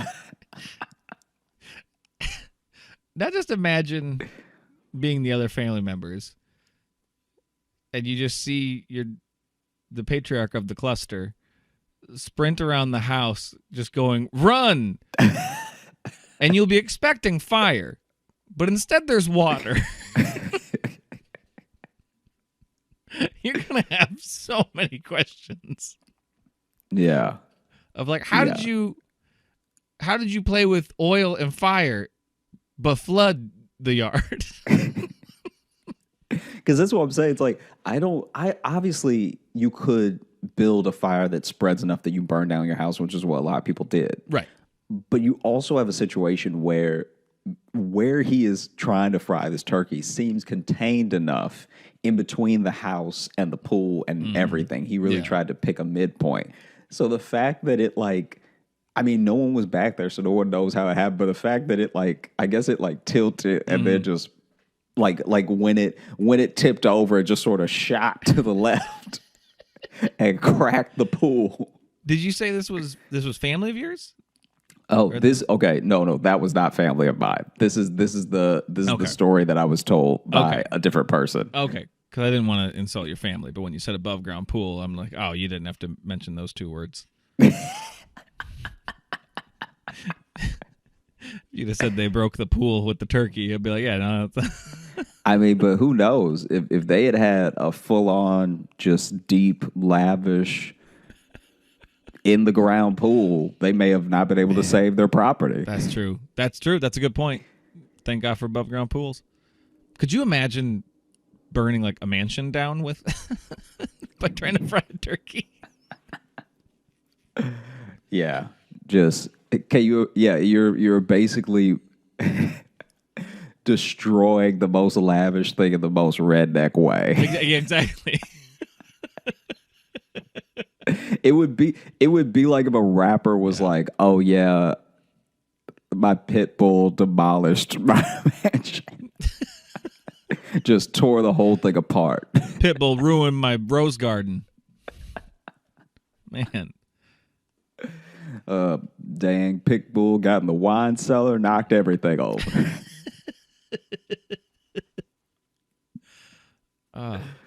What were you saying though about your family though? Was that leading into something? Yeah. It was basically that like I can't speak for them, but I can say that like my grandma really held it down. So I can't imagine that Thanksgiving was the same when she wasn't hosting it. Like she had a little bit of everything. She had like she would do turkey and gumbo. Like wow. those two things alone, right? Like normally you put all your energy into the turkey or you put all your energy into the gumbo. And she was like doing double duty. So then there were some people, I can't remember. I was really little when this happened though, so I don't know how little, but like maybe 11 or something. Right. There was one year that she didn't cook and a couple people just came around anyway, and I was just like, "Oh, you really didn't have a plan. You really didn't like," because it wasn't coming around out of hunger. It was coming around like, "All right, I just want to see for myself that you are cooking." I heard this bullshit rumor and I wanted to check it out. I want to make sure nobody's lying to me, that y'all just didn't invite me. Right. So I'm gonna see with my own eyes. We had the same thing though, where Thanksgiving changed, because grandma when our grandparents were alive, because I've never mentioned it, but my mom has a huge family on her side. She's the 11th of 14 kids. Oh wow. I've told you that before, right? You've told me a lot, but I don't remember you saying 11. Yeah. No, my grandparents had 14 kids, which I did the math on that, and if you average 9 months per kid, my grandma was pregnant for a total of 10.5 years. Man. Yeah. I've never had a job longer than 2. So man, dude, that's crazy. My grandma has gestated children longer than I've done anything. 5 times longer than I've done anything. That's comedy, so crazy. I guess. Wow. Yeah, I know. She almost died having the third one, she was given her last. A priest was in her room giving her last rites, and then she was a God-fearing Catholic woman, and she made a deal with God right then. Said, if you pull me through this, I'll have as many children as I possibly can. So that's why, I try not to, I'm not a religious person, but I try not to shit on it or dismiss it too much, because without my grandma making a deal with God, I wouldn't exist. So Yeah. Wow. Wow. There's definitely something to it, I guess. 11 of 14. My mom's the 11th. Yeah. But so we used to have like every holiday used to be, because everyone lived in the same town too. Everyone lived in Iowa. Like we were the first ones to move, and we just moved like 40 minutes north. Like we didn't even like move. We were kind of the first ones to do that. Everyone just pretty much lived in town. So it was just Easter. We used to have giant birthday parties, like cousins and stuff like that. Like all my birthday parties as a kid. I didn't really start having like birthday parties with friends till like maybe middle school, because when I was younger, it would just be 90 relatives would show up to the house. And like that was it. And I had a ton of cousins my age and shit.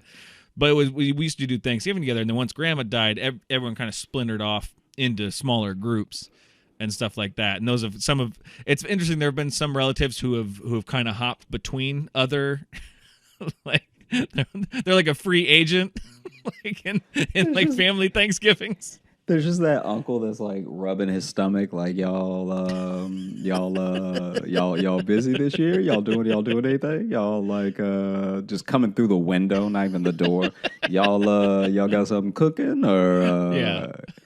I brought just always. That's the other thing too. Every relative that comes to every Thanksgiving but doesn't like it's just being a freeloader. They always bring the same thing.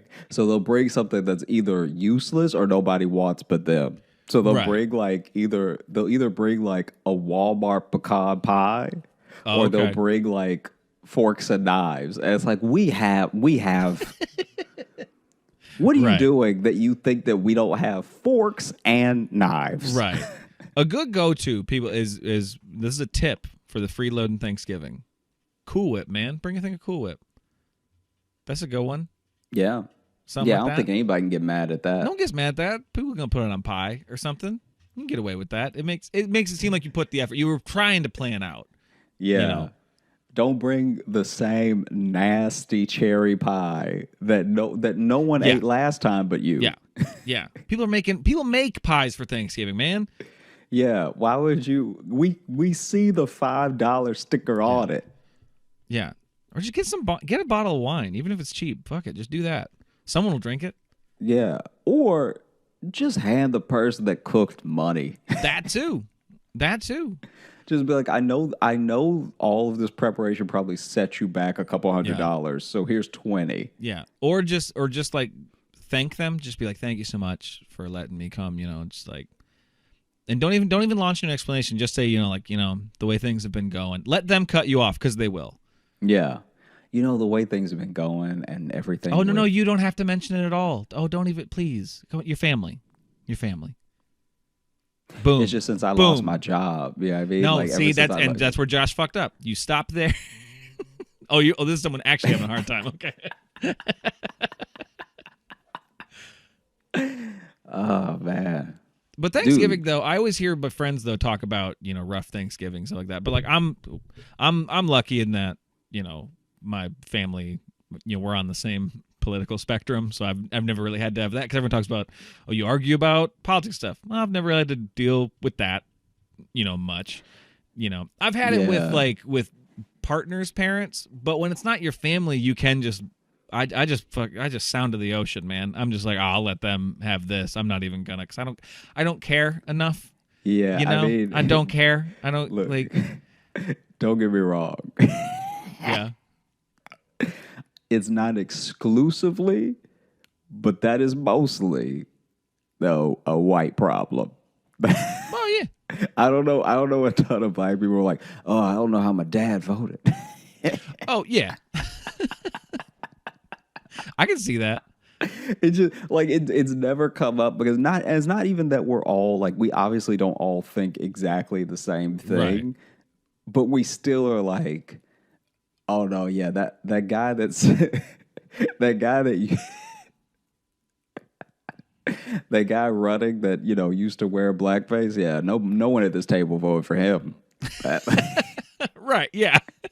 There's no one at this table is taking up for him. Like, it was a different time. Yeah. No, but like and that's a good point that I hadn't really considered. But yeah, I've just never had to deal with that stuff because to me Thanksgiving's always been fun because family would get together and then we always would play like football afterwards, which got harder and harder as we got older. Not just because physically, but also when you're young, you can eat a lot of food, then go run. Yeah. There's a threshold you hit at like for me it was like 24. Yeah. Where suddenly it's like you eat that much and I may never run again, to be honest. It's like, yeah, you got problems. Yeah. Yeah. The year like we stopped doing it because we used to weigh in before Thanksgiving. me and my brothers and my cousins we'd all weigh in and write down our weight. Your fucking faces. For those if you're listening to this. What? Yeah, we'd weigh in and then we'd see who would gain the most weight over the meal. This is why other countries hate us. That's fair. This is why they. My little this is why they're brother coming won after us. My little brother won like 4 years in a row. That little dude could pack it away. I feel like he was probably using those cheats that boxers use. Yeah, I mean, like 1 foot slightly off the scale. He was a boxer. He did do some boxing. Yeah, he knew the towel rule. Yeah, I mean, he'd lead on the towel. Right. Well, that's the thing. Like we had, like a couple of us had wrestled. I didn't wrestle, but like we were football players, stuff like that. So we were used to like weighing and trying to meet some goals, But we did that 1 year, and then we decided to go play football. And there was a moment where like 4 of us were just bent over at once, like, oh no. And so we stopped doing that. We stopped weighing it. Dude, okay, so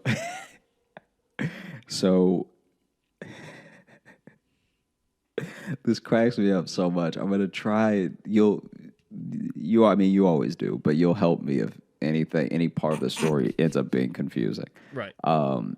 But I don't know. I was kind of getting to this one earlier. I don't know everything that went wrong because I don't cook, especially not well. Oh God, yeah. Sorry, that was so long ago, and I interrupted you. That was like minute 3 of. As you said that sentence, we went a lot of different ways.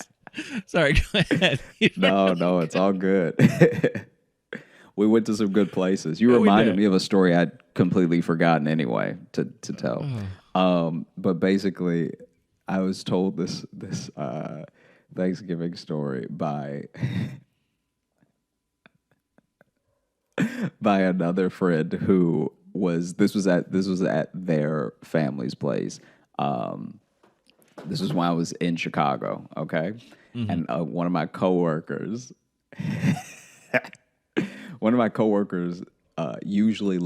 they were usually the person that cooked for everyone. Like we were just saying, like the grandmas do and everything like that. She's very young, but she just loves cooking, so she took it upon herself to like do all of the cooking for everyone. And this one year, she really couldn't do it. She even did like, I think a double shift the day before Thanksgiving at the grocery store. So she just didn't have the time, the energy, anything. So she let another family member take the helm, right? Oh, okay. And this dude fashioned himself a bit of a chef or like a wannabe chef or something. Like it's like how people who really, really want to do comedy but have never done open mic, but they just like gift themselves that they're very funny. That was his cooking. And so basically this dude, he'd listen to a few chefs talk on podcasts and he's like, I think I kind of get how it is, yeah this dude okay. And for any of our Batali was on Rogan, so I think I kind of understand how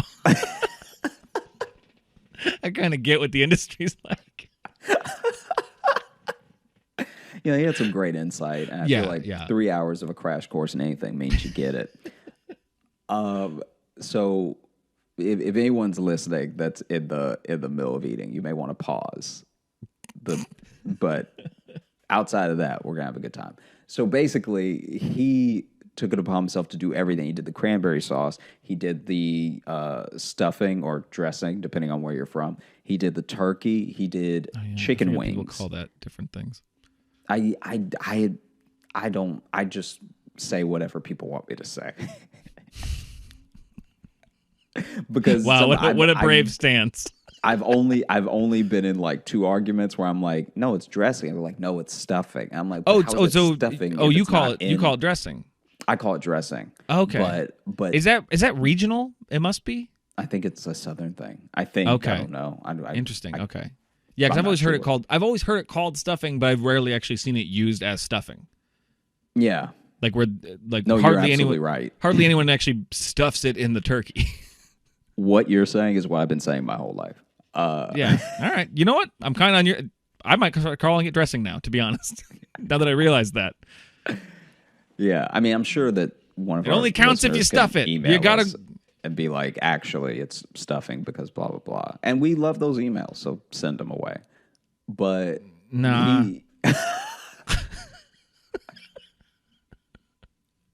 I'm holding my ground on this one. Okay. I guess this is where we are. Yeah. And that's the one historical thing to really debate about Thanksgiving is what stuffing is. Yeah, it's the real that's the one real hang up. It's a hill to die on for sure. Yeah. For some. So basically he had took it upon himself to make the turkey, the dressing, stuffing, the cranberry sauce, the chicken wings, and what was it? There was one more thing. All of the pies, all the desserts and stuff. Now, this dude, like I said, this dude's not a real cook. Right. So as he starts cooking everything, he does a terrible job with the overall organization of the utensils and with his hand washing. So this man is dealing with raw chicken, raw turkey, and then just rolling dough for pies. Come on. This dude is is mixing like all of the good things that go into basting the turkey. That he bastes the turkey and then he puts it in, and then he just still with his naked hands. Damn it, Josh! This is another fucking story. Just ends everyone shitting themselves, doesn't it? No, not at all. Okay, I was gonna say because now I'm just seeing food poisoning, and it's another Josh Johnson show episode that just ends, and then everyone pooped. Thanks for listening. Subscribe. That's what I just was. No. I mean, it's not gonna be that. But but basically, he ends up presentation wise. I think he would even make someone like Gordon Ramsay proud because all of the presentation is there. Like the pies, the toppings, especially on the pie, look picturesque. The turkey and the chicken wings, and even like his little spin on the cranberry sauce. Because some people just get the cranberry sauce from the can and just like put it on the plate. Straight from the can, just you can still see the ridges. I know I love that. I love that when the cranberry still has like a face. Yeah. When you're a kid, sometimes your parents will let you say you did the cranberry sauce, and everyone pretends you did something when you really just shook a can until it farted onto a plate. But basically, everything looks beautiful. Like the all of the dressing looks great. All of the there was another thing he cooked. The mac and cheese. The mac and cheese had that perfect little brown crust because he had put breadcrumbs on top of it. And so it had the perfect, beautiful crust on top. And it was to the point where my coworker was actually genuinely impressed. She was like, oh, wow, like he really pulled it off, because a lot of the stuff, and any family that cooks together knows what I mean, a lot of the stuff had to be brought over that day sort of half done. Oh, yeah. And then he finished everything in like the few hours before the whole family got there. So then they get down there, they say their grace, everyone's digging in, and it is good. It is very good. Like he by all accounts, he crushed it. Until maybe an hour after they finished, and a couple people were like, "Yo, I'm not feeling too great." And How did I not call it? I called it. You were like, "No, that's not what happened, Logan." yeah, because they all threw up. Oh. Oh, we're splitting hairs since they didn't all poop. Yeah. That's what you get for trying to throw in those spoilers. Yeah, but it was bad. Apparently, the thickness, the tightness of a family breaks down at two Food bathrooms poisoning? for 15 people. Nobody was family anymore. No. Nobody was friends. No. People I didn't come and make friends. I came here to win. people pulled each other by the back of the collar. Wow. Yeah, it was worse than a hangover the next day because everyone was just like full on. I think it was like salmonella poisoning. Yeah. No, if it's since there's multiple types of poultry juice, it's just yeah, that's the good stuff. Just all You flirting with E. coli. Yeah. that dude washed his hands once, like just Ugh, poisoned everybody. man. So, if you're mean, listening, at least that's not your Thanksgiving experience. Hopefully, Yeah, hopefully. I had like salmonella once, and it was it's a rough kind of food poisoning. It really is, because it hits you out of nowhere, and then for me it was like 4 straight days of just oh man, both ends, 2 different outputs, baby. Like it was just my God. It's also so funny because everyone was like, "Man, he really did it." Like no one believed in him too. That's the thing that makes me laugh so hard is that she was like resolved to like, "All right, I guess I can whip up some backups on the day of or something. Yeah. I guess I can, put it together at the last minute." Because I was on that double with her, and I was like, she mentioned like trying to get Thanksgiving where I was like, what is this lady talking about? And then the fact that no one believed in him, and then they all believed in him for like an hour, and then they were watching football, and he was, and then like one of the uncles was like, "Oh," like It sucks too because I had to be like the best hour of his life. imagine. He's like the whole family finally believes in me.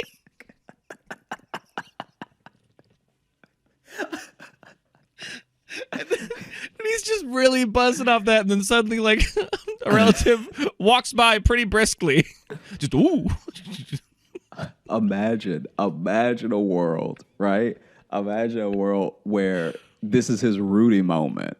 So Exactly, it would be like Rudy, but if they finally let Rudy play and he kicked a field goal for the wrong team. Like, how did you kick a 90-yard field goal in the wrong direction? No, it's they're carrying off the field, and then they all go, ooh, and drop him. And then they strike his record from existence. It's that version of Rudy. Man, That's wild.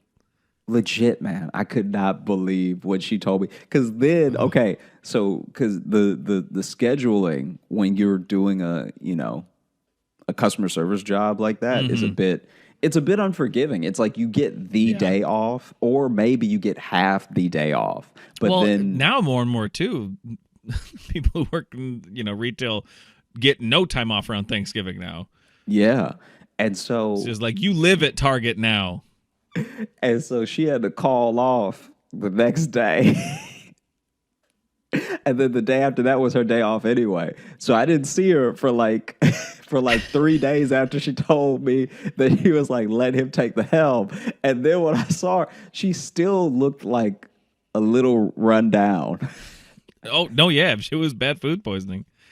It sucks too, because if you get really bad food poisoning from something, the next time you eat that thing is going to be gross. So now this could be a group of people who hates Thanksgiving now.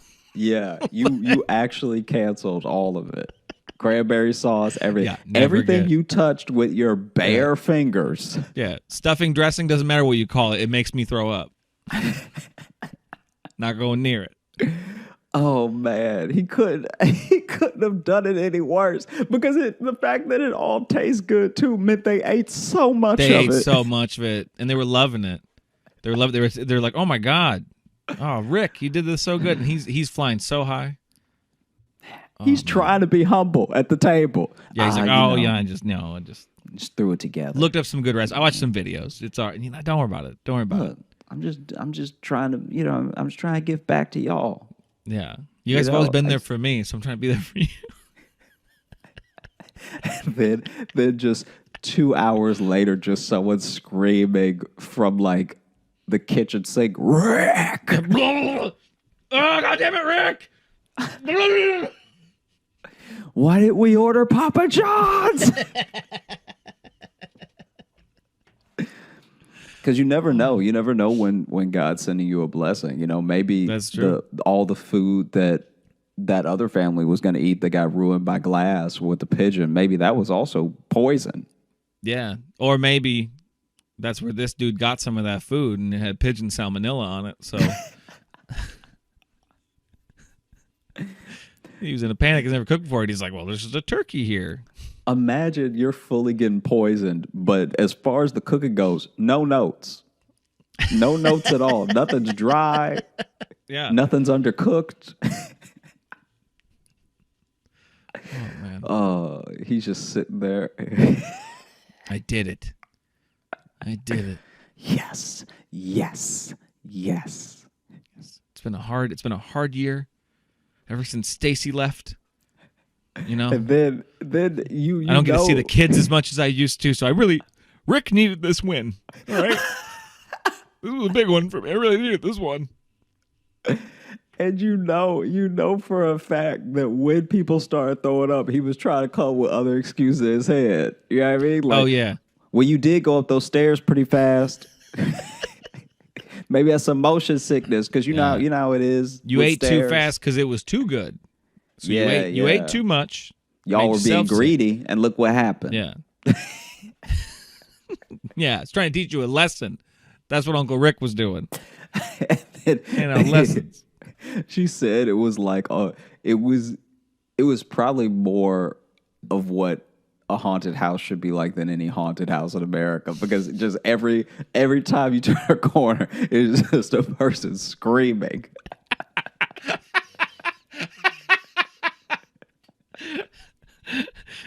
You just hear screaming and everything's sticky now. Everyone's just throwing up. People are tripping over each other.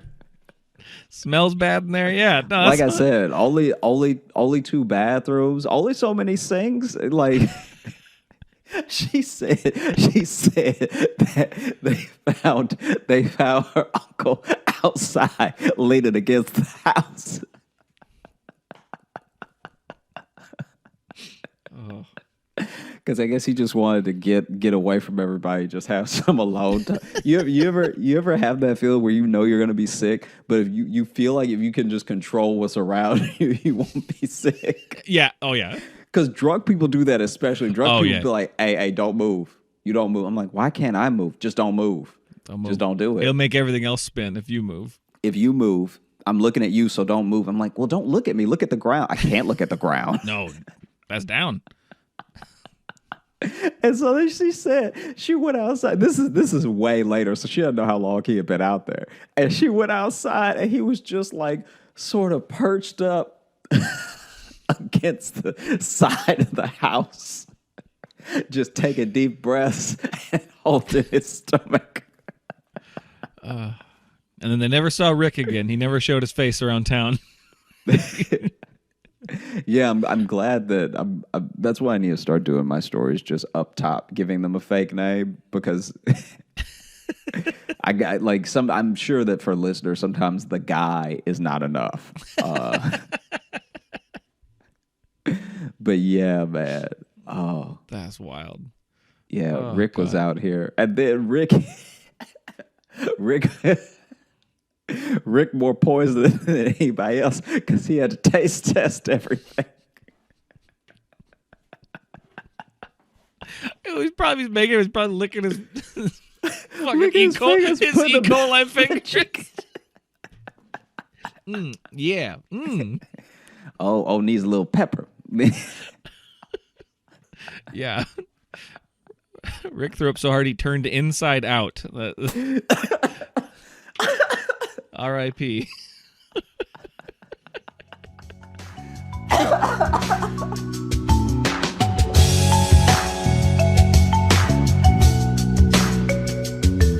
I don't know if you've ever had this happen, but speaking of like Thanksgivings where I was a guest, I went to one where clearly the like matriarch of the family wanted to handle it, like wanted to cook everything. And I don't know if they just did letter or if they wanted to give somebody else a turn, but she showed up salty.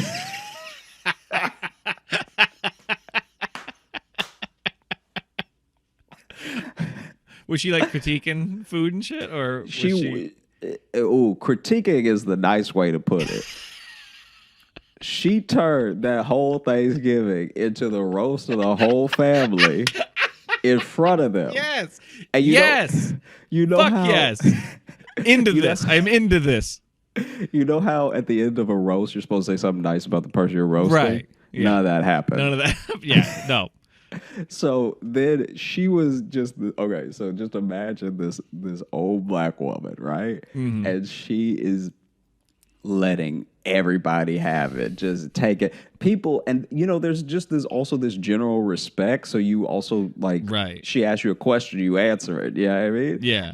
But it was like everything was a setup That's so for good. a punch. I It don't was know if this is like an brutal. okay thing for me to say at all. I don't know what's wrong, but like black people are so much better at roasting than white people are. Because it's like you said, like a black woman can rope a dope you into almost roasting yourself. You know what I mean? Like it's a whole different skill. Mean, So, like, I think it's because I feel like we got really good at it because we didn't have lawsuits till later. You know what I mean? The legal system wasn't on our side for a very long time, so the only recourse we had. Yeah. You guys didn't get to file defamation, so it says like, oh, okay, this is what we're gonna do. Yeah, I'll do the defamation right here, right now.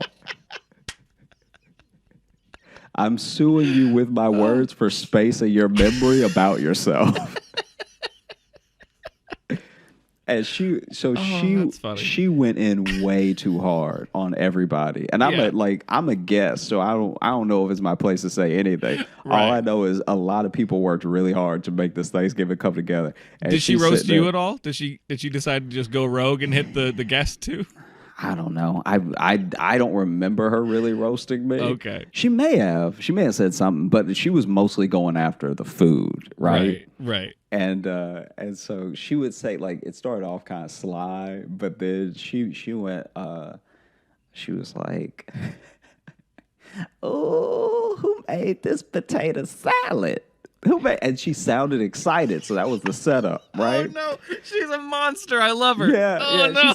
She who made Well, this I did, potato- Grandma. Well, I did it, Grandma. Like, oh, okay. It tastes exactly like that Gerald's General Store potato salad from the from 59. They didn't let black people eat there for a while, and then when they did, it wasn't good. And it's Wow. like a history lesson. It's a slash. historical roast. Yeah, it's a real journey of a fuck you. Yeah, just so you know, your potato salad tastes like segregation. You're like, who made this? Who made this cranberry sauce? I'm like, oh, I did, Grandma. And okay, did you put a little? You put a little something in it? You put a little liquor or something in it? What is it? Like, no, Grandma. Oh, it tastes a little fermented. Maybe it went bad. I don't know. Who am I to say? Oh man. Oh. It was ruthless, and it was like It's rude and perfect. That strategy. yeah. Because she knew how to harness being an old woman. She knew Yeah. how to harness using grandma power to completely defeat everybody. What are you gonna do? Hit me? Yeah. Well, and especially the way she's doing it, where she's always pretending to be excited at first, because everyone just Yeah. wants their grandma's approval. Mm-hmm. And then flipping it, but not in a harsh way, in a, I don't know, in a I subtle. mean, some of it was harsh. Some of it, So she had one of them. Oh, okay. This is what she did kind of under her breath. So like I only heard it because I was near. But she was like, oh, this gravy. Where y'all get it? Why y'all? Ooh, who? Not even who made, just like this gravy. And then that was the perfect setup, because then the person that made the gravy was like, oh, that one's mine, Grandma. And she's like, oh, it go ahead and it stick to your ribs, definitely. And then she just goes, it stick to your ribs, definitely. And probably give you cancer.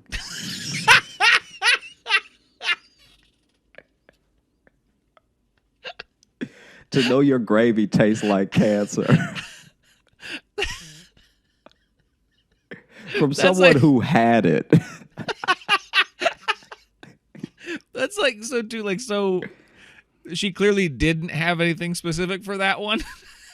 It was like, that she didn't have the specific turn that she was gonna do with all the other ones. It was just like, well, this one's bad, it'll give you cancer. Yeah. And then she said that, so that's where it's like at a comedy roast, to bring that back, where it's like when someone doesn't have a joke, someone's like, I don't know, pedophile or whatever, where it's like you just say something that's harsh to me, and you're like, well, where's that coming from? That's nothing. Yeah. And then she went, oh, this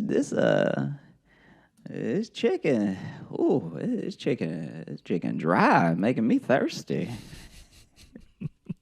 This chicken's so dry, it's ashy.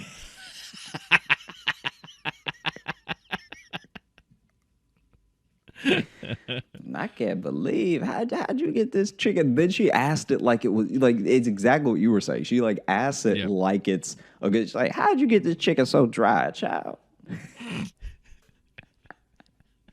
And now you have to answer looking stupid. Well, I just left it in the oven, Grandma. This chicken dry. This chicken could get the paint to dry faster. Yo, man, she was ruthless. That's the best. She went after everything. That's so good. And that's the other thing too, is that she got a little bit of everything on her plate just so that she could destroy it. So she could go down the line and yeah.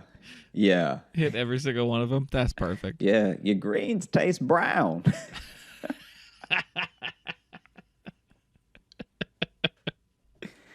Oh man, like she. This was so someone almost stood up to her too. It was so funny because she really did have that like, "What are you gonna do?" face on. Mm-hmm. So I don't know what history they have. I'm sure it's an in-law thing. Like I'm sure she was roasting someone who actually isn't like family, but like married into the family. Right. So they're probably like, why am I letting this person talk to me like this? Yeah. And so she got to the mac and cheese and she was like, and this is also, I should point out, this is all spread out over an hour. She's not just like tit for tat going from thing to thing to thing. They're all very sneaky when they come in. Mm-hmm. It's not like just she does a laundry list of what's wrong with the food and then moves. Yeah. It's like she little jab here, little jab here. She gets the mac and cheese and she was like, this mac and cheese something else. I mean, you got I mean, I guess you got the mac, but I'm not seeing any cheese.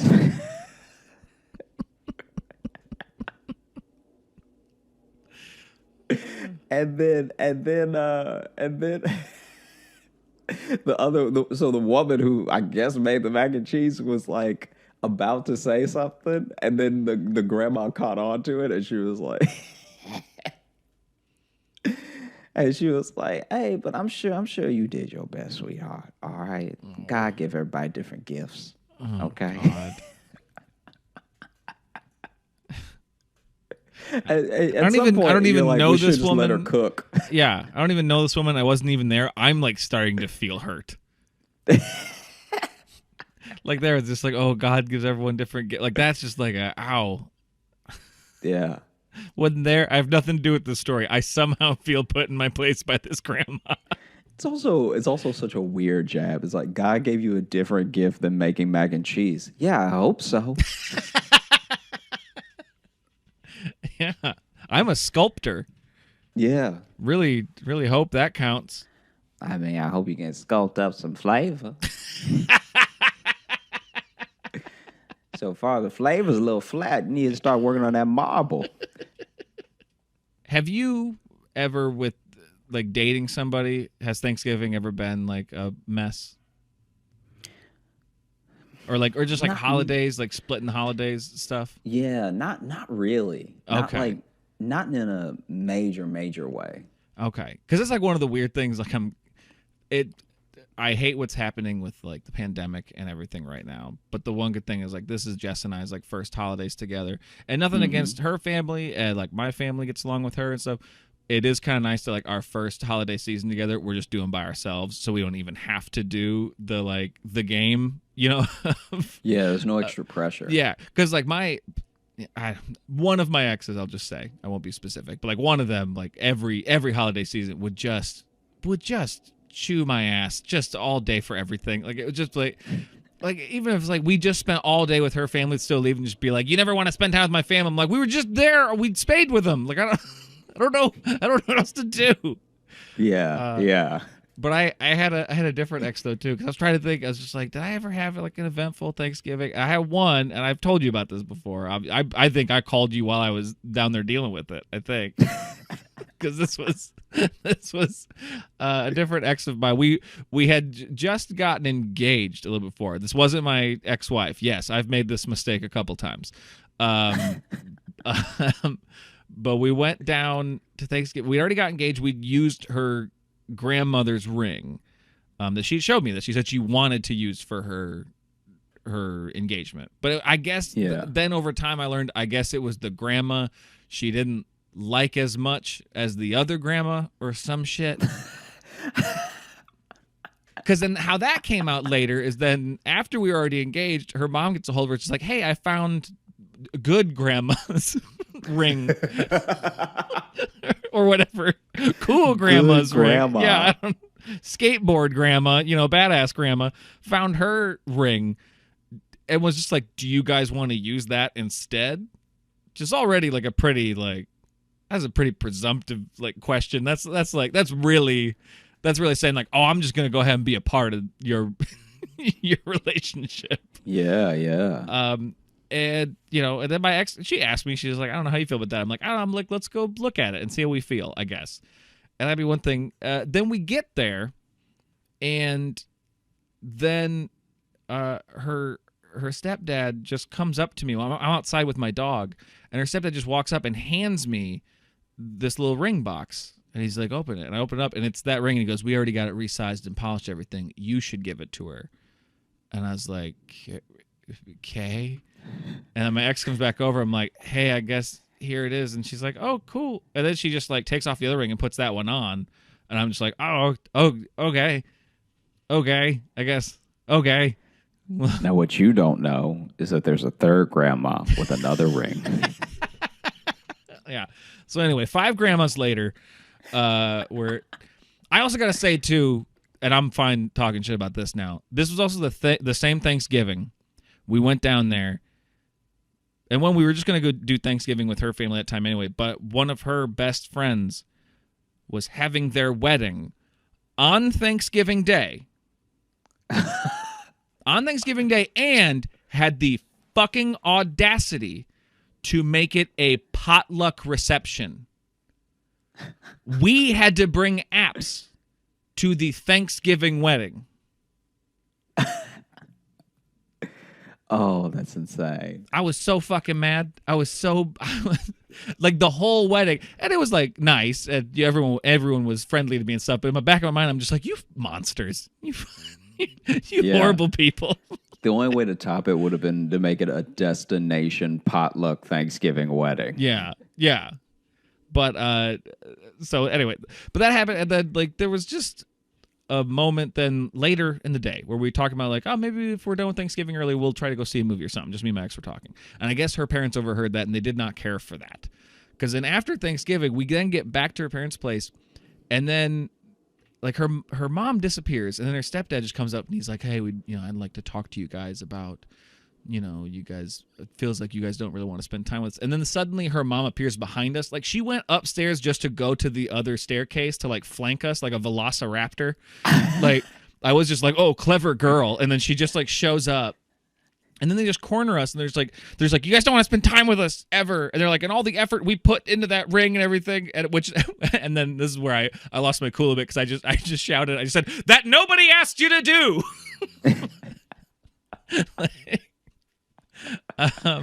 Oh God! And then at one point, they're just like kind of pounding on her a little bit, like really needling her with questions. She's like, I don't know. She's like, we had a good time. We stayed the whole time. Why are we in trouble? We spent all of Thanksgiving with you. Yeah. And then her stepdad turns to me. He's like, well, Logan, what do you think about this? I'm not proud of this. This is where I could have done better. But I just straight up looked him in the eye and I said, this is the weirdest fucking thing I've ever been a part of. And then I just said, I'm gonna go walk my dog forever. And then I just went outside, and then it was a horribly awkward weekend. I'm in a state, I'm not from. I in a city I've only been to once before, and there I am the Friday after Thanksgiving, sitting in a bar with 3 other people, and it was great. I go to this bar just because the argument carried over into the next day. It was so weird, and me and this person broke up years ago. Don't worry. I got out. And I wasn't my best self either. I'm not going to try to just totally blame, but that was her family just made this fucked up situation that both of us just had to deal with. I mean, what do you think, Logan, is probably one of the worst things to ask a guest? Is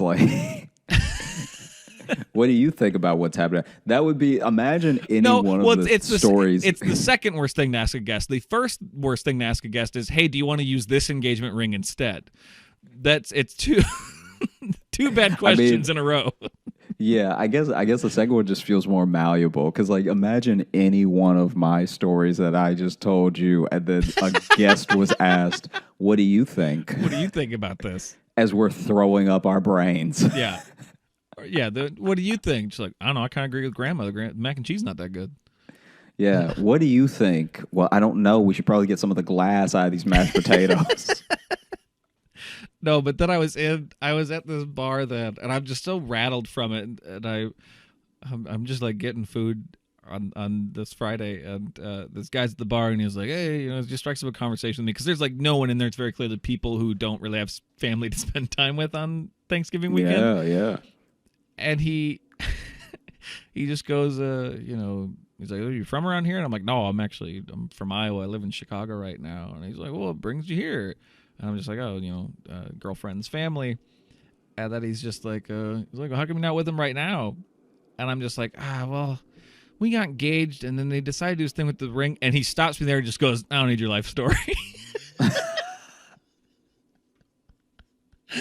He set me up just to knock me down, it felt like. Because I'm like, you literally asked me. Why am I here by myself, not with them? Knowing there's a story there, and you chose immediately to be like, no, shut the fuck up. I don't want your story. And to be fair, if it was a short story, then it's harrowing. Why aren't you with them right now? Killed them. That's not better. No, but that was just... I don't need your life story. Immediately. After asking, hey, what's your life story? I don't need it. That's really, I don't know. Hey, what's your whole deal? Yeah. I don't need your life story. There was after a show one time, I was doing jokes about my dogs. My dog had had to have these surgeries for her bladder stones that she had. And then I did this show where I did a bit about it, talk about it. Then afterward, a comedian asked me, so what's going on with your dog? And I answered and was talking for a little bit. I talked for a minute. And then they just go, ugh, you still talking about your dog? And I'm like, yeah, you fucking asked. You don't get to do that. You don't get to be like, hey, man, what's your name? Weird. Shut the fuck up. You don't get to do that. That's also such a weird, that only looks weird on them because not only did they ask, but they clearly zoned out 18 seconds after you started talking, and they came back and then tried to put it on you. It's like, you have the attention span of a squirrel. Yeah. You asked a question, you didn't care about the answer. Yeah. That makes you a Once bad again, conversationalist. if it was a short answer, that would have been terrifying. Yeah.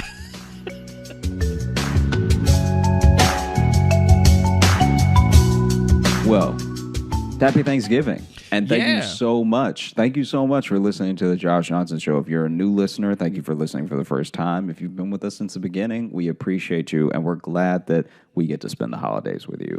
Yeah. And I would love to know if anyone actually decided to, if you sat down with your family and listened to the Josh Johnson Show on Thanksgiving, first off, I want documentation.